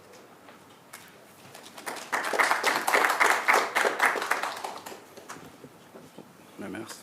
Hi, thanks. A good attendance for late on an afternoon, I can see, which is not always a good time for people to come to conferences. They've had a big day. Yeah, I'm talking about the effect that delabelling people with beta-lactam allergies has if we can do it quickly. So what are beta-lactam antibiotics? Well, we know them as penicillins, cephalosporins, monobactams, carbapenems. And they're used very commonly. In Australia, there was some work done finding that there's about 2 anaphylactic deaths per year in Australia related to the use of this whole class of agents. But a penicillin allergy label is actually very common, and it's about 10 to 15%, up to 20% we found in Flinders Medical Centre acute inpatients. And most of those labels are politely called false. And 90% of them can safely be delabelled. I'd say about 99.999% can be delabelled. And it's important, not just because it's nice to know, people want to join the army, oh, I've got this penicillin allergy label, not just that. It's important so we use correct antibiotics and we don't overuse other antibiotics. So, implications of such a label, as I say, using alternate antimicrobials such as your quinolones and glycopeptides, which are not just expensive but have their own side effects. And I think around Australia and even around the world, oddly enough, even including America, it's about $600 extra per admission for the drugs, which includes the monitoring, so drug levels, etc., but not the side effects that come about from it. And they're also less efficacious, so they don't work as well. So it also leads to a significant burden of multi-drug resistant organisms, and it's been well shown to, if someone comes in for, say, an arthroscopy and instead of getting cefazolin or whatever the orthopaedic surgeons are using on the day, they give them vancomycin, there's a 50% increase in surgical site infections. So other groups around the world have come up with various statistics, so an increased length of stay of about 4 days by Huang et al., increased likelihood of ICU admission, 1.4 times increased risk, and certainly higher readmissions. Just for one readmission, it's 30% versus 18%. For a second readmission, it's still more. For a third readmission, we're not really sure because the people who get the beta-lactams don't seem to come back that much. And this is for beta-lactam sensitive infections. So we're not talking about people with MRSA and where those other drugs are what's left to treat them with. There's also an increased mortality. Now what we've quoted there is actually from outpatients, not inpatients, where if you've got say penicillin allergy label, then there's a 14% increased risk of death versus people without the label. So penicillin allergy, very dangerous, except it's the 2 words that are dangerous, not so much the actual allergy. So, moving right ahead. Oh, we've gone backwards. Oh no, Syed put $sign there, sorry. Syed prepared this and I've tried to learn it. There's been groups both in Australia and overseas. America always seems really expensive. It's nice to compare to the Canadians because they seem a bit more like us. Where for inpatients the saving was about $7,036 per patient and outpatients about $6,500. And in America, as I say, it's about $10,000 US. So I'm not sure what the exchange rate is today, but that's a lot. These labels actually cost. So back in 2014 or 15, we thought we'd better look at this, managed to find a wonderful Flinders University student who looked at everyone who was receiving vancomycin or clindamycin for a beta-lactam sensitive organism who should have really received a penicillin or a cephalosporin if they didn't have this label, and looked at how things were going for them. And basically, the evidence in the case notes was just pretty abysmal for making any sort of judgment whether they're allergic or not, I think is a nice way to put it. Similarly, in 2020, we thought, oh, well, we've got the SAB guidelines, we've got electronic, therapeutic guidelines, all these things that say do this, do this, do this. What's improved? I think the only thing that saved us perhaps that year in getting worse was that there was a drop in activity due to COVID. Otherwise, it would probably look worse. So guidelines are great. Don't seem to work, but they're great. And in fact, we looked at the basic history you might need to delabel someone just off the bat. And 0% of patients who were prescribed those alternative antibiotics because of a penicillin or cephalosporin allergy label met any criteria that would get close to that 0%. So last year we had a look at 2 weeks, and we found a few people we called vancomycin, clindamycin recipients. It's not just a throwback to the old tapes that people don't remember about videotapes. And the beta-lactam recipients, 4 beta-lactam sensitive organisms, similar ages, slight female predominance in both, but the length of stay was about 10 days longer for the people with penicillin allergy labels. I use lots of that because they're usually not real. And they stayed about 10 and a bit days longer. Interestingly, we went back and had a look at their ICU usage, and they stayed, of that 10 days, 3 days of that on average were in ICU, which we haven't worked into the figures that are coming up, showing the dollars, because we like to know what dollars are doing. So since 2018, we just looked at excess bed days from just these antibiotics. Remember, there are lots of others that we couldn't look at because of limitations of getting information. And really, the number of bed days, the cost of what we call standard ward bed days, say a 4A or a 6G, not a high-level dependency type situation, for a year is about $2.5 million that this costs just for 2 drugs. And if we include, so the figure we got from internationally was that 10% of extra bed days were spent in ICU. We found 30% at Flinders. So that cost actually just add an extra 11,000. This is just for bed days, by the way, not the $600 for the medication or the extra dollars for agency nurses or the extra dollars for more ambulances to wait on the ramp because there's not enough beds because they're full of people. You understand this is a bit of a snowball effect.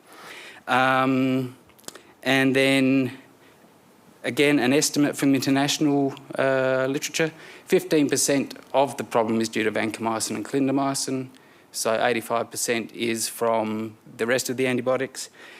What does that mean? Well, we just times it by a factor of, I think, 6 or 7, and we quickly get into the squillions of dollars. I think we could have built half of the new FMRI building if we'd started this earlier.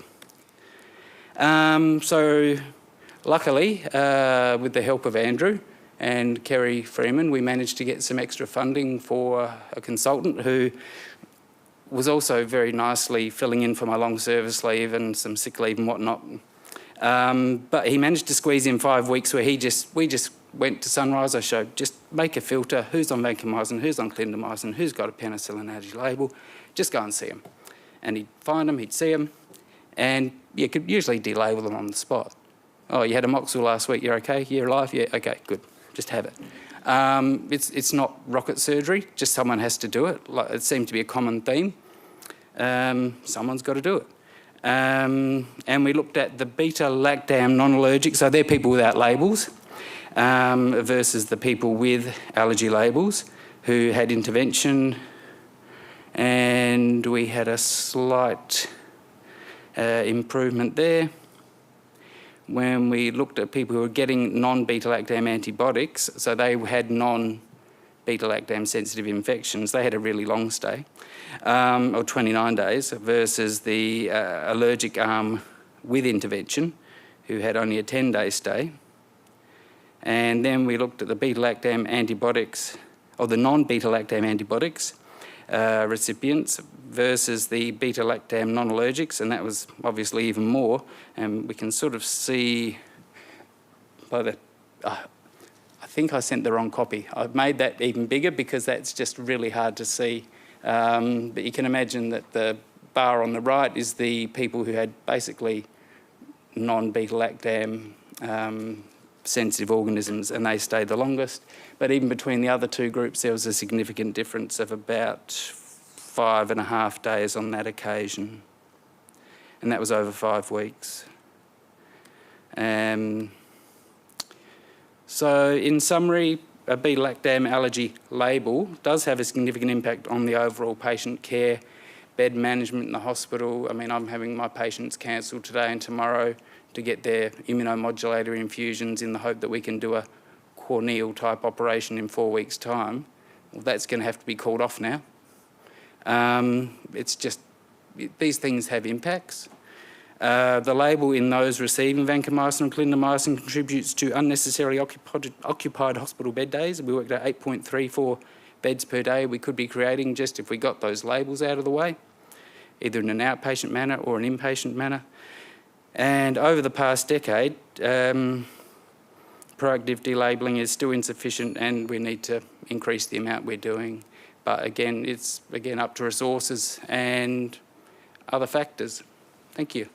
Oh, I'd like to thank also, forgot my thank you slide as well. So Syed Ali, who put this all together, Tiffany Hughes, who's kept us on track, Tessa Potesny was our original medical student who did the initial 2016 audit, and Kritika Mishra, who did the 2020 audit for us as well. So big thanks to them.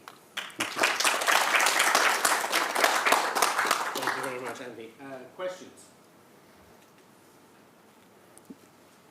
Who's qualified to delabel someone who says they're allergic to penicillin? I am. So is it just asking the consultant to actually explore it a bit more, or as a nurse can you actually, because I'm a nurse. Yep. So when I look at allergy labels when they're put on to say Sunrise, I'd say nobody's qualified to do an allergy alert in this hospital by the dangerous things I see put in there. Are they actually saying, what their reaction is? It's diarrhea. Not a lot. And that's what we noticed in the history taking, both in the paper form in 2016 and 2020, and when we looked again in 2022. It probably got worse with the electronic, to be honest. It's like, oh, there's a tick box, great, tick. Problem solved. Oh, anaphylaxis. You know, I hear someone's had anaphylaxis. My thought is, well, they probably haven't. Probably someone hasn't recognised it, or... So there's lots of gaps, yeah.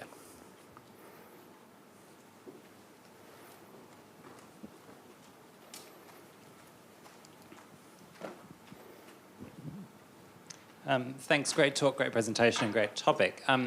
In terms of that question, I guess I was wondering more about, generalists delabelling people. I was wondering your thoughts about, Jason Tribbiato's PenFast score and if there are algorithms we can use. Because there's obviously a limitation in the immunologic services that can do that delabelling, but as you say, many of them end up being very low risk.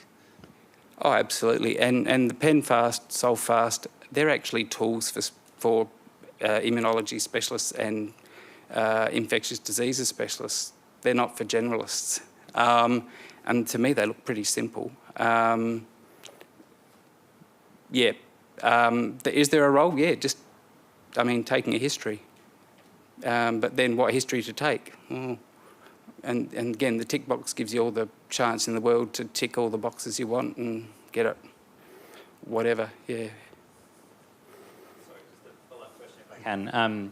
And I've heard some immunologists were a bit reluctant to delabel people who were on antibiotics for an acute infection. I was just wondering on your take, because a lot of the patients that I would see on general medicine are getting antibiotics because of an infection, and I've heard differing opinions. Can you delabel them at the time? Do they then need a challenge when they're recovered and off antibiotics? I think the concern was about challenging them while they're potentially more vulnerable rather than outpatient stable setting. And, getting a history off someone with a tube down their throat is very difficult.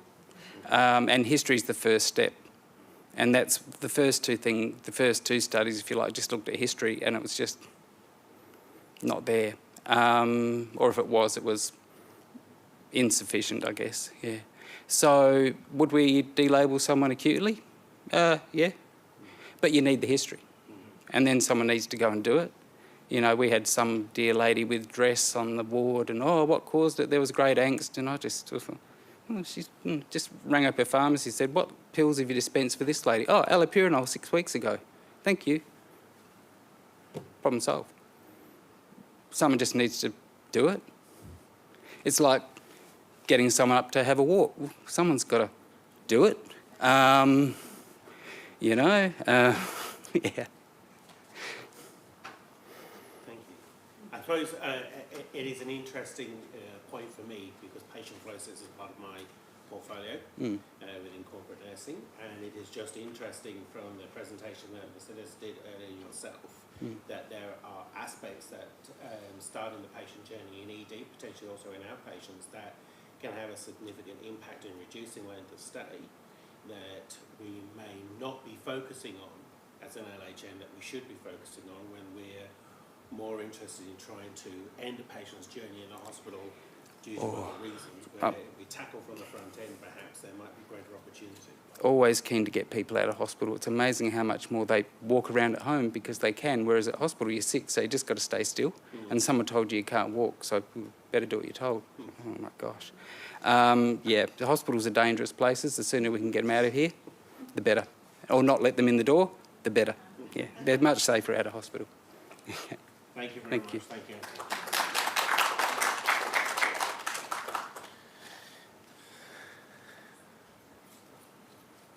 I'll just leave the QR. I'm now going to hand over to my colleague in design, Linda Gorhagen, the Executive Director for Allied Health for SALHN, for the next session. Thank you. Thanks, Michael.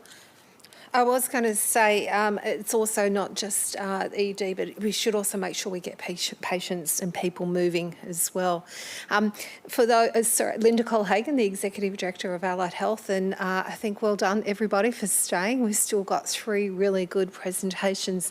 Some of the things that are really good common themes throughout this are, I was going to say flow, that makes me sound like a bureaucrat, saving money, which it very much sounds like a bureaucrat, but it's also challenging how we work across different settings, which I think is a reflection of the complex systems and ecosystems that health fits in with the age and the disability sectors. And importantly, almost all of the presentations, if not all of them, are also talking about how we can improve the person's experience of the healthcare setting. So I think it's important to acknowledge that's probably why most of us went into healthcare in the first place. So I've got the pleasure of introducing the next 3, and the first one is Tanya Rowlett, who again is from the Virtual Care Service. So she's going to talk through about how we can provide more timely and efficient care to residents in aged care facilities. This one I'm really looking forward to because I cannot tell you the number of hours I spend talking about these issues. So welcome. Thank you.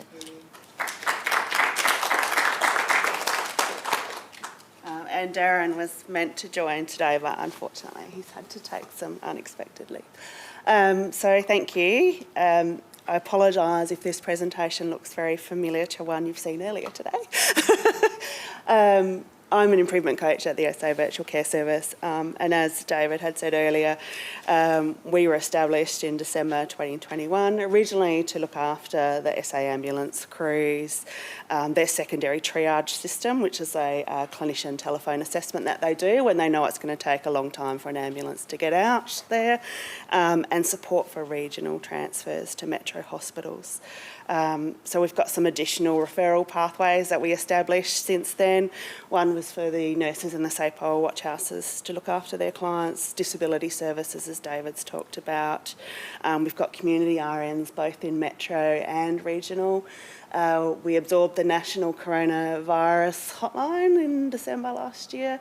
And we also do a fair bit of supporting the regional sites that have no MO available. To date, we've actually provided care for over 22,000 patients, and roughly 70 to 78% of those patients can avoid going to an ED, whether that be care in place where they are, or it might be accessing one of our other LHN services like SALHN Care, so the hospital avoidance services that we have. So I'm going to talk about the aged care pathway, the residential aged care pathway that we established. We know that there are challenges in aged care. As the Royal Commission said, they articulated that there are thousands of inappropriate 000 calls made from RACFs each year. In SA, approximately 30 patients are transferred from aged care to ED every day. We know that transferring these people, this cohort, isn't without risks, and there's evidence that demonstrates that they have a threefold increase in GI complications, respiratory infections, and delirium is probably the big one.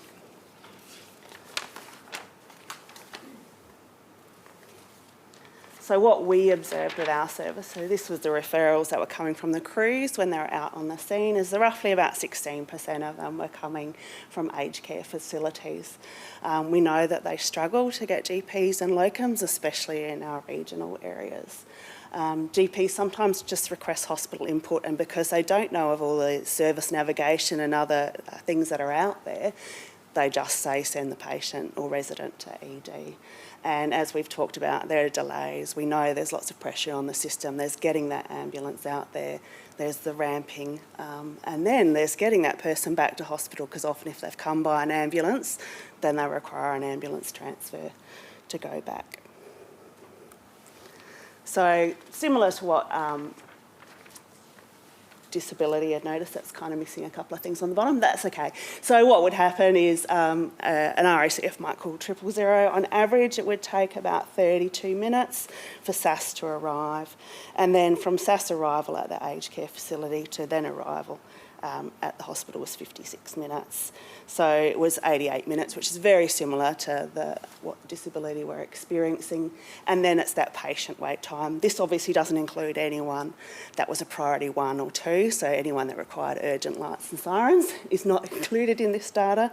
And what we found is 12% of these residents do wait greater than 90 minutes, and the worst case we saw was 23 hours waiting for an ambulance to come. Oh yeah, there it is. Apologies.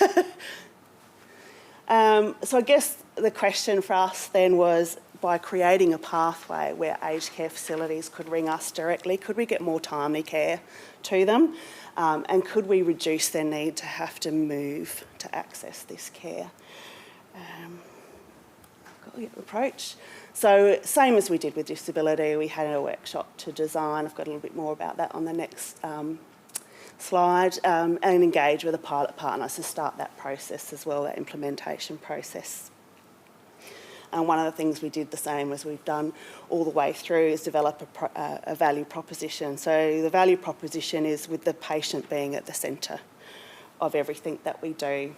And again, it was that more timely access, so what's good for the resident and the family, and a plan of care in place for them.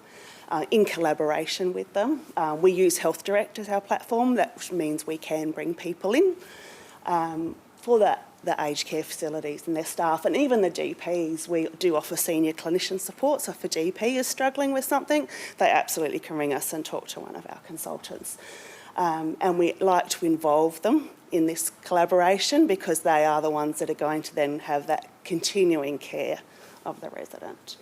And obviously for the system, we can release capacity. So our ambulances can be where they need to be. So yes, our design workshop, key stakeholders. The only thing that was probably missing for us, which we have now learnt from and incorporated, is like we do with disability, we didn't have the actual consumers. We had SAS, we had the primary health networks, we had aged care provider, we had Department of Aged Care and Wellbeing. We mapped out what our current process was. We wanted to gain insights from them, because it's their business and their core business. What is it that we can help you with here? Develop the value proposition, propose what looks good for these people, and design a pathway. So kind of our methods were establishing that relationship with the pilot partner, developing lots of resources, implementing and evaluating along the way. So implementation. So we had a pilot partner, which was Elder Care. They kindly came on board. So they had 11 sites statewide with 949 beds. We did a rolling out of one site per week, roughly, but they were fully on board by the 15th of August. And then to ensure, because we did have good success with them and good feedback, to make sure it wasn't unique to them and their processes, we took on some other early adopter partners with another 14 sites and another 1,300 beds. And then from the 4th of October, we went statewide. Anyone could utilise our service if they wished to. They just needed to contact us, or we'd send out the information. We would have meetings with them. So anyone can now contact us from an aged care facility, as David said, within 8 a.m. to 10 p.m, but 7 days a week, 365 days a year. And what would be not surprising is, of course, weekends. Long weekends are the times when we do get a bit more custom. So again, RACF would call us, roughly 2 minutes to one of our health navigators or triage nurses answers the call, that handover. So they do a traditional triage note we use Sunrise EMR.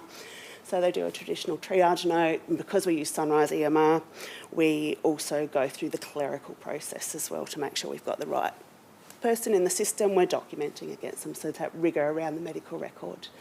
And then roughly 27 minutes with a doctor. So the total time is about 49 minutes to a care in place, or we strongly believe in right care, right place. So if we feel the resident needs to go to hospital, then we can do that. We do have some direct-to-bed pathways occasionally. When there are beds available, occasionally we can get those things happening. So our outcomes. So I don't know how well that graph comes up there. It doesn't come up very well, but you can see as we got more calls from RACS, there were definitely a decrease in ED presentations. So there's decreased ambulance utilisation. There's a medical assessment and a definitive carer plan within 49 minutes in general as a median. And like I said, that will include family members, carers, substitute decision makers if needed. And 70% of the residents are able to receive care within their facility. Only 13% actually get recommended to go to ED. Some will get recommended to call the ambulance service at the beginning of the call. So if at triage, our triage staff identify that this person clinically probably really needs an ambulance crew out there, that doesn't mean that they'll then still go to ED. The ambulance crew might go out there, and with their extra skill, with the ability to do ECGs and things, we may still be able to keep them at home. And then about 7% go to our other LHN hospital avoidance services, or they have... So SALHN Care has an eyes on scene model. The Jerry's teams do have some in-reach services that'll go out to the facilities if we need them to. So continuous improvement, I guess it's based on our consumer feedback. So we gather that through Net Promoter Scores. So they would be anyone who's calling us would get something at the end of their health director call. We've done surveys with the aged care staff. And we also send SMSs out to the residents and the families. It depends on what contact details they've given us. Again, they would love us to be 24 hours, and that's certainly a model we're looking at down the track, but at the moment we don't have the staffing for that. One thing was they were having lengthened wait times, so we looked at our resourcing, because generally it's the medical officer resourcing. We're fine when it comes to the other side of it, but it's getting those medical officers available. So we changed our resourcing, so we've now got more doctors on over a spread of the day. And we've obviously got our funding, which is fabulous. I still, because this was my baby, I still attend meetings, I still go to education sessions for these staff, because one thing in aged care we've found is they do have a bit of a turnover, so you need to keep that regular contact and do those regular sessions, because it's the staff on the floor that we want management to know, but we want the staff on the floor and the families to know about us. I've got a story as well, which isn't necessarily related to the timeliness, but I think it's a good story around Health Direct, the video capabilities and what we can do.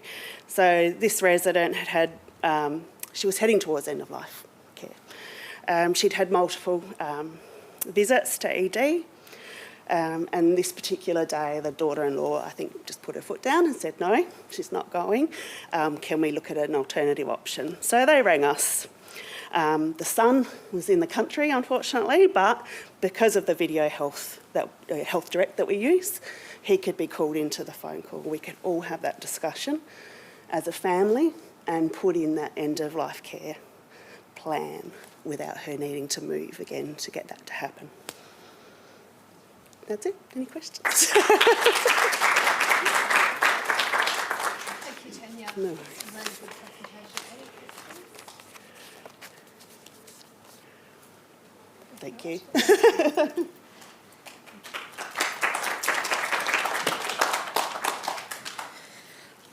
And as Michael would very clearly say, don't forget to Slido and to vote as well. So I would like to just introduce Lang Do Chen, who's going to do the next presentation, which is tricky of how we support people as they move across settings, and importantly, how do we keep them safely at home. So welcome.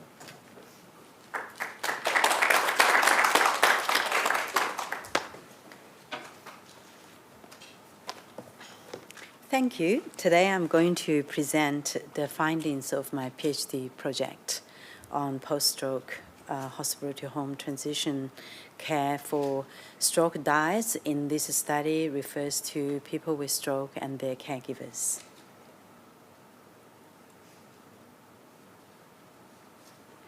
Stroke is an acquired brain injury and a leading cause of disability worldwide. In this study, the transition period refers to the time before hospital discharge to 6 months after hospital discharge. This transition time is really critical time for people with stroke and their caregivers to recover and adjust to change their life after stroke. The aim of the study was to understand their care needs and expectations during the transition from their perspectives and also from the perspectives of health professionals. The recruitment took place at a stroke rehabilitation unit between July and December 2019. In total, we recruited 30 participants in this study.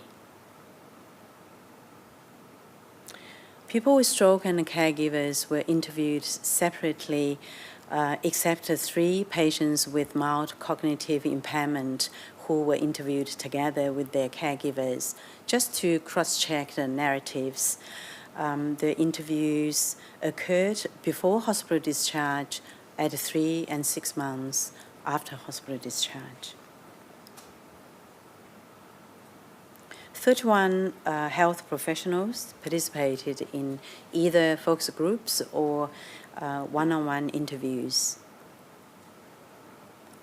We found common themes from all the participants. They talk about the focus during the transition was more on physical recovery. Participants expected to have equal emphasis on psychological mental health for people with stroke and their caregivers. They identified contributing factors may have included the physical recovery being the main focus of the post-stroke transition for all the stakeholders involved in the stroke care, and maybe the lack of psychological resources in hospital and community settings, and potentially the lack of awareness of the how the mental health would impact on their transition journey. Another common theme was that patients are our focus, they are the clients, so sometimes caregivers are not included in the decision-making process, information sharing process, especially there is a limited assessment of caregivers' needs, especially their psychological needs and their well-being during the whole transition period. So participants expected a diet-centered approach to transition care planning and more time that could be spent with caregivers throughout the whole transition journey. For people with stroke and their caregivers, hospital-to-home transition was filled with mixed feelings of loss, fear, uncertainty, and hope, resilience, and acceptance. Over time, they developed strategies to manage post-stroke limitations, manage their negative feelings, and develop their caregiving skills. Their perception of regaining control of life came from the support from family, friends, most importantly, caregivers and health professionals. So over time, with improvement in their physical ability, caregiving skills, confidence, they moved forward with their lives, regardless of their functional level at 6 months mark after hospital discharge. We noted that people with stroke rarely mentioned the negative impact of emotional distress of their caregivers, the impact on them. So this implies that the caregivers during the transition may have hidden their true feelings and just want to focus on the recovery of their loved ones. This finding further highlights the importance of their care needs assessment and also fully include them in the care planning process. Clinicians identified that involving both people with stroke and their caregivers in the assessment was essential to an individualized approach to the care planning. Consider them as a patient-caregiver diet and as well as a individual dietetic member.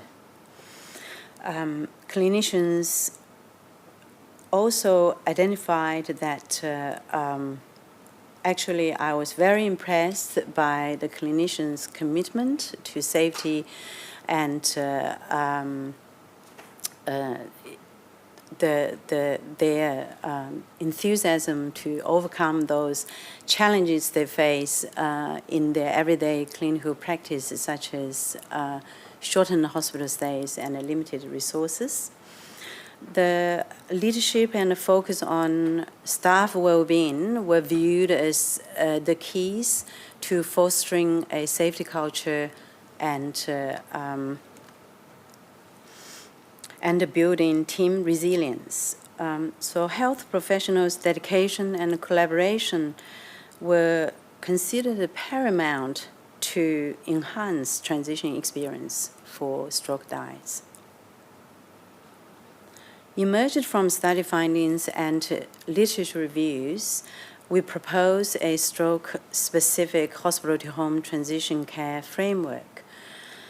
The proposed framework suggests the collaboration of all the stakeholders in the stroke care as the foundation of this diet-centered hospital-to-home transition care.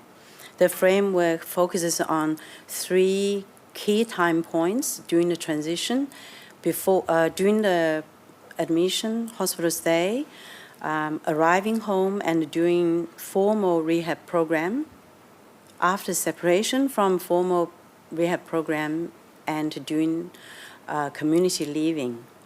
This framework offers novel perspectives on the pivotal role a stroke nurse navigator could play to lead an interprofessional team and support stroke diets during hospital-to-home transition. In conclusion, hospital-to-home transition is a huge milestone for people with stroke and their caregivers, and it's also a challenging time for them because they're not only transitioning from hospital to home, but they're also transitioning from health to illness, from those roles of spouses, parents, to caregivers and care recipients. Our findings support a diet-centered interprofessional approach to stroke transition care. Future research should focus on testing the feasibility and effectiveness of this proposed framework. Thank you.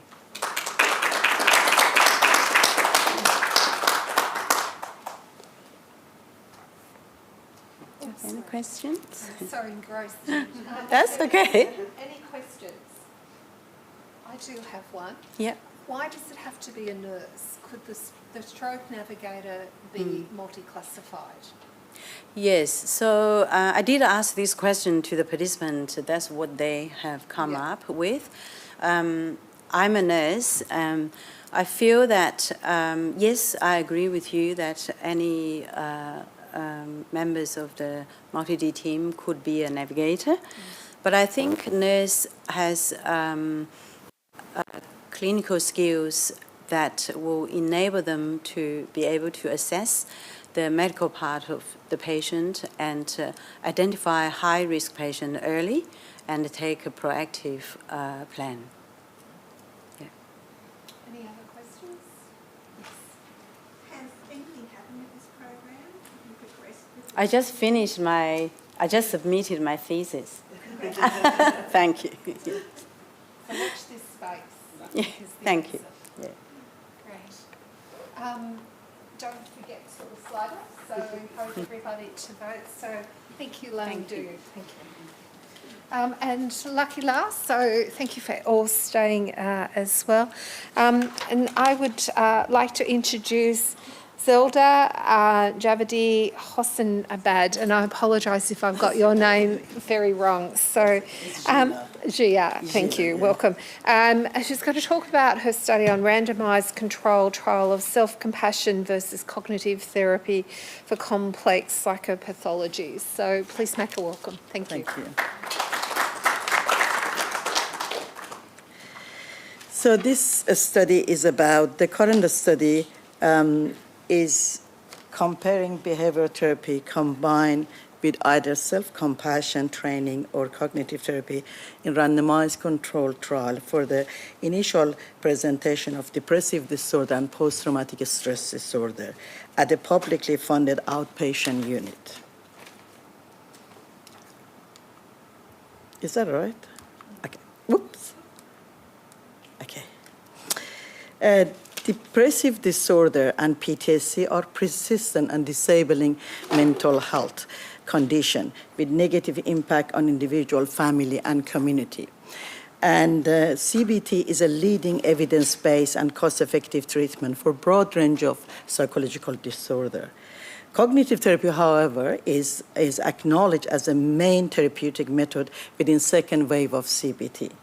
However, using cognitive therapy to challenge a strong negative thinking can be of limited benefit for complex disorder when shame and guilt are present.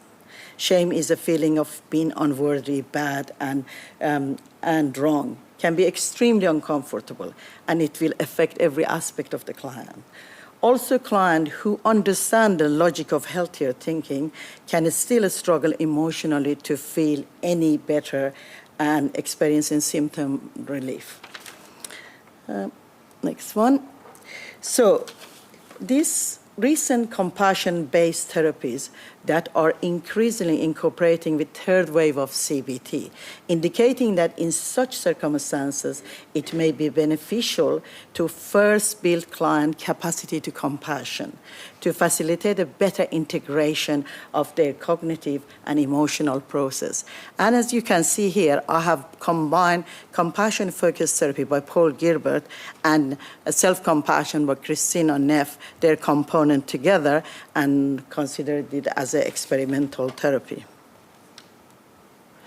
Okay, what was the aim of the study was to sought to compare the experimental group with a standard group. It was a randomized control, a single bind 2 treatment by 2 time. Repeated measure of RCT was conducted. Trial is registered as well. So the next one, this is the way we designed it. We put behavior therapy for both of them. Of course, here I've summarized it, but there's much more involved in that. We provide a psychoeducation and then graded exposure, such as imaginal and in vivo exposure for PTSD, and also behavior activation for people with depressive disorder. And then in the experimental group, we use self-compassion component of psychoeducation from Christina Neff, 3 element of self-compassion, and Gilbert Lee emotional regulation system, such as common blocking of barrier to self-compassion and skill training in self-compassion. Then for a standard treatment, cognitive therapy was, again, psychoeducation, cognitive restructuring, thought diary, and behavior experiment to test the core belief. So in here, quite busy, but there are a couple of tables. The first table is battery of reliable and validated scale to assess the severity of presenting problem and level of self-compassion were administered at both initial and end treatment 12-session intervention. Basic demographic variables were also recorded. The table 1A and 1B are sample description and summarizing the 62 participants who completed all requirements for inclusion. And then the last writing is participant and procedure, which in randomized control, we had admin who allocated client to each therapist and through computer-generated block randomized scheduler. This is the outcome. The outcome for us shows the dotted line represent experimental group intervention, and the solid line represent standard group. As you can see, the improvement across all measurements for both treatment. However, the dotted line shows higher improvement in across all measurements at post-treatment, which shows a demonstration of greater improvement in experimental group relative to a standard group. So in discussion section, the observation that both groups improve their self-compassion is perhaps a suggestion that self-compassion may be a general characteristic that has the potential to enhance even when not taught directly.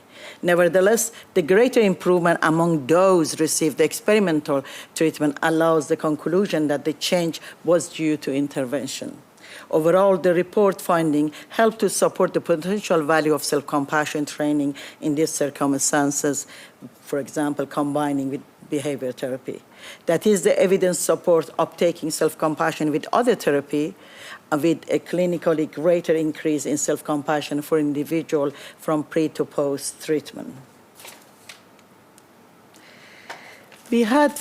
There are a few limitations. One of the limitations was a key shortcoming was the highest people from a standard group recorded higher self-compassion in their measurement at beginning. Such an effect compromise an interpretation of the result and is difficult to account for.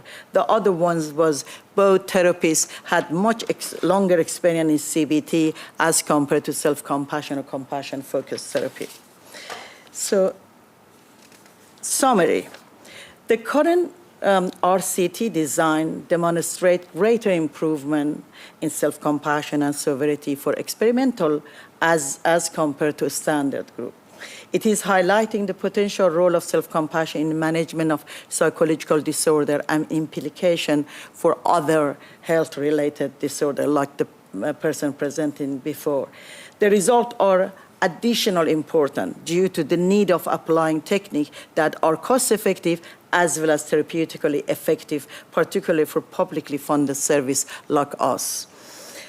Given the high demand for services, there is a need to minimize attrition and reappearance in such public clinics.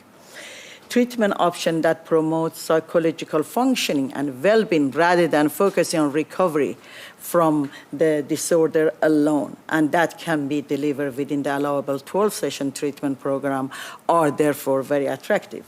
Therapeutic program must also engender a willingness, eagerness to participate on the part of client, thus resulting in the best use of public money.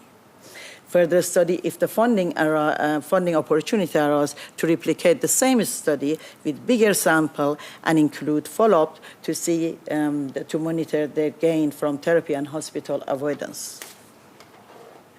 Okay, this has been published. So in here, third wave CBT has drawn attention to the value of intervention focusing on improving psychological functioning and well-being rather than recovery or absence of disorder alone.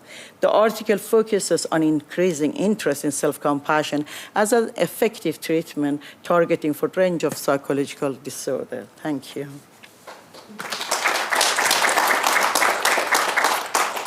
Thank you very much. My pleasure. Anyone got any questions? Comments? Just sound like something that could be used across different settings. So Yes, it's a new thing, but yes, it could be used. Yeah, and both the last two presentations emphasise the importance of looking after well-being. Yes. And working with not just the patient, but the broader family and Yes. carers that they work with as well. So I thank think you. so. Thank you so much. So the last action is just to remind everyone about Slido, and I think that's the end of our session. So thank you to those who organised it, and more importantly, thank you to the presenters.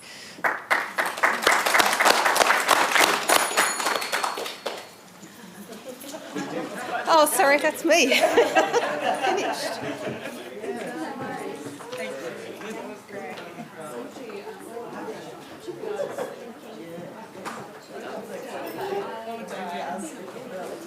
Yes.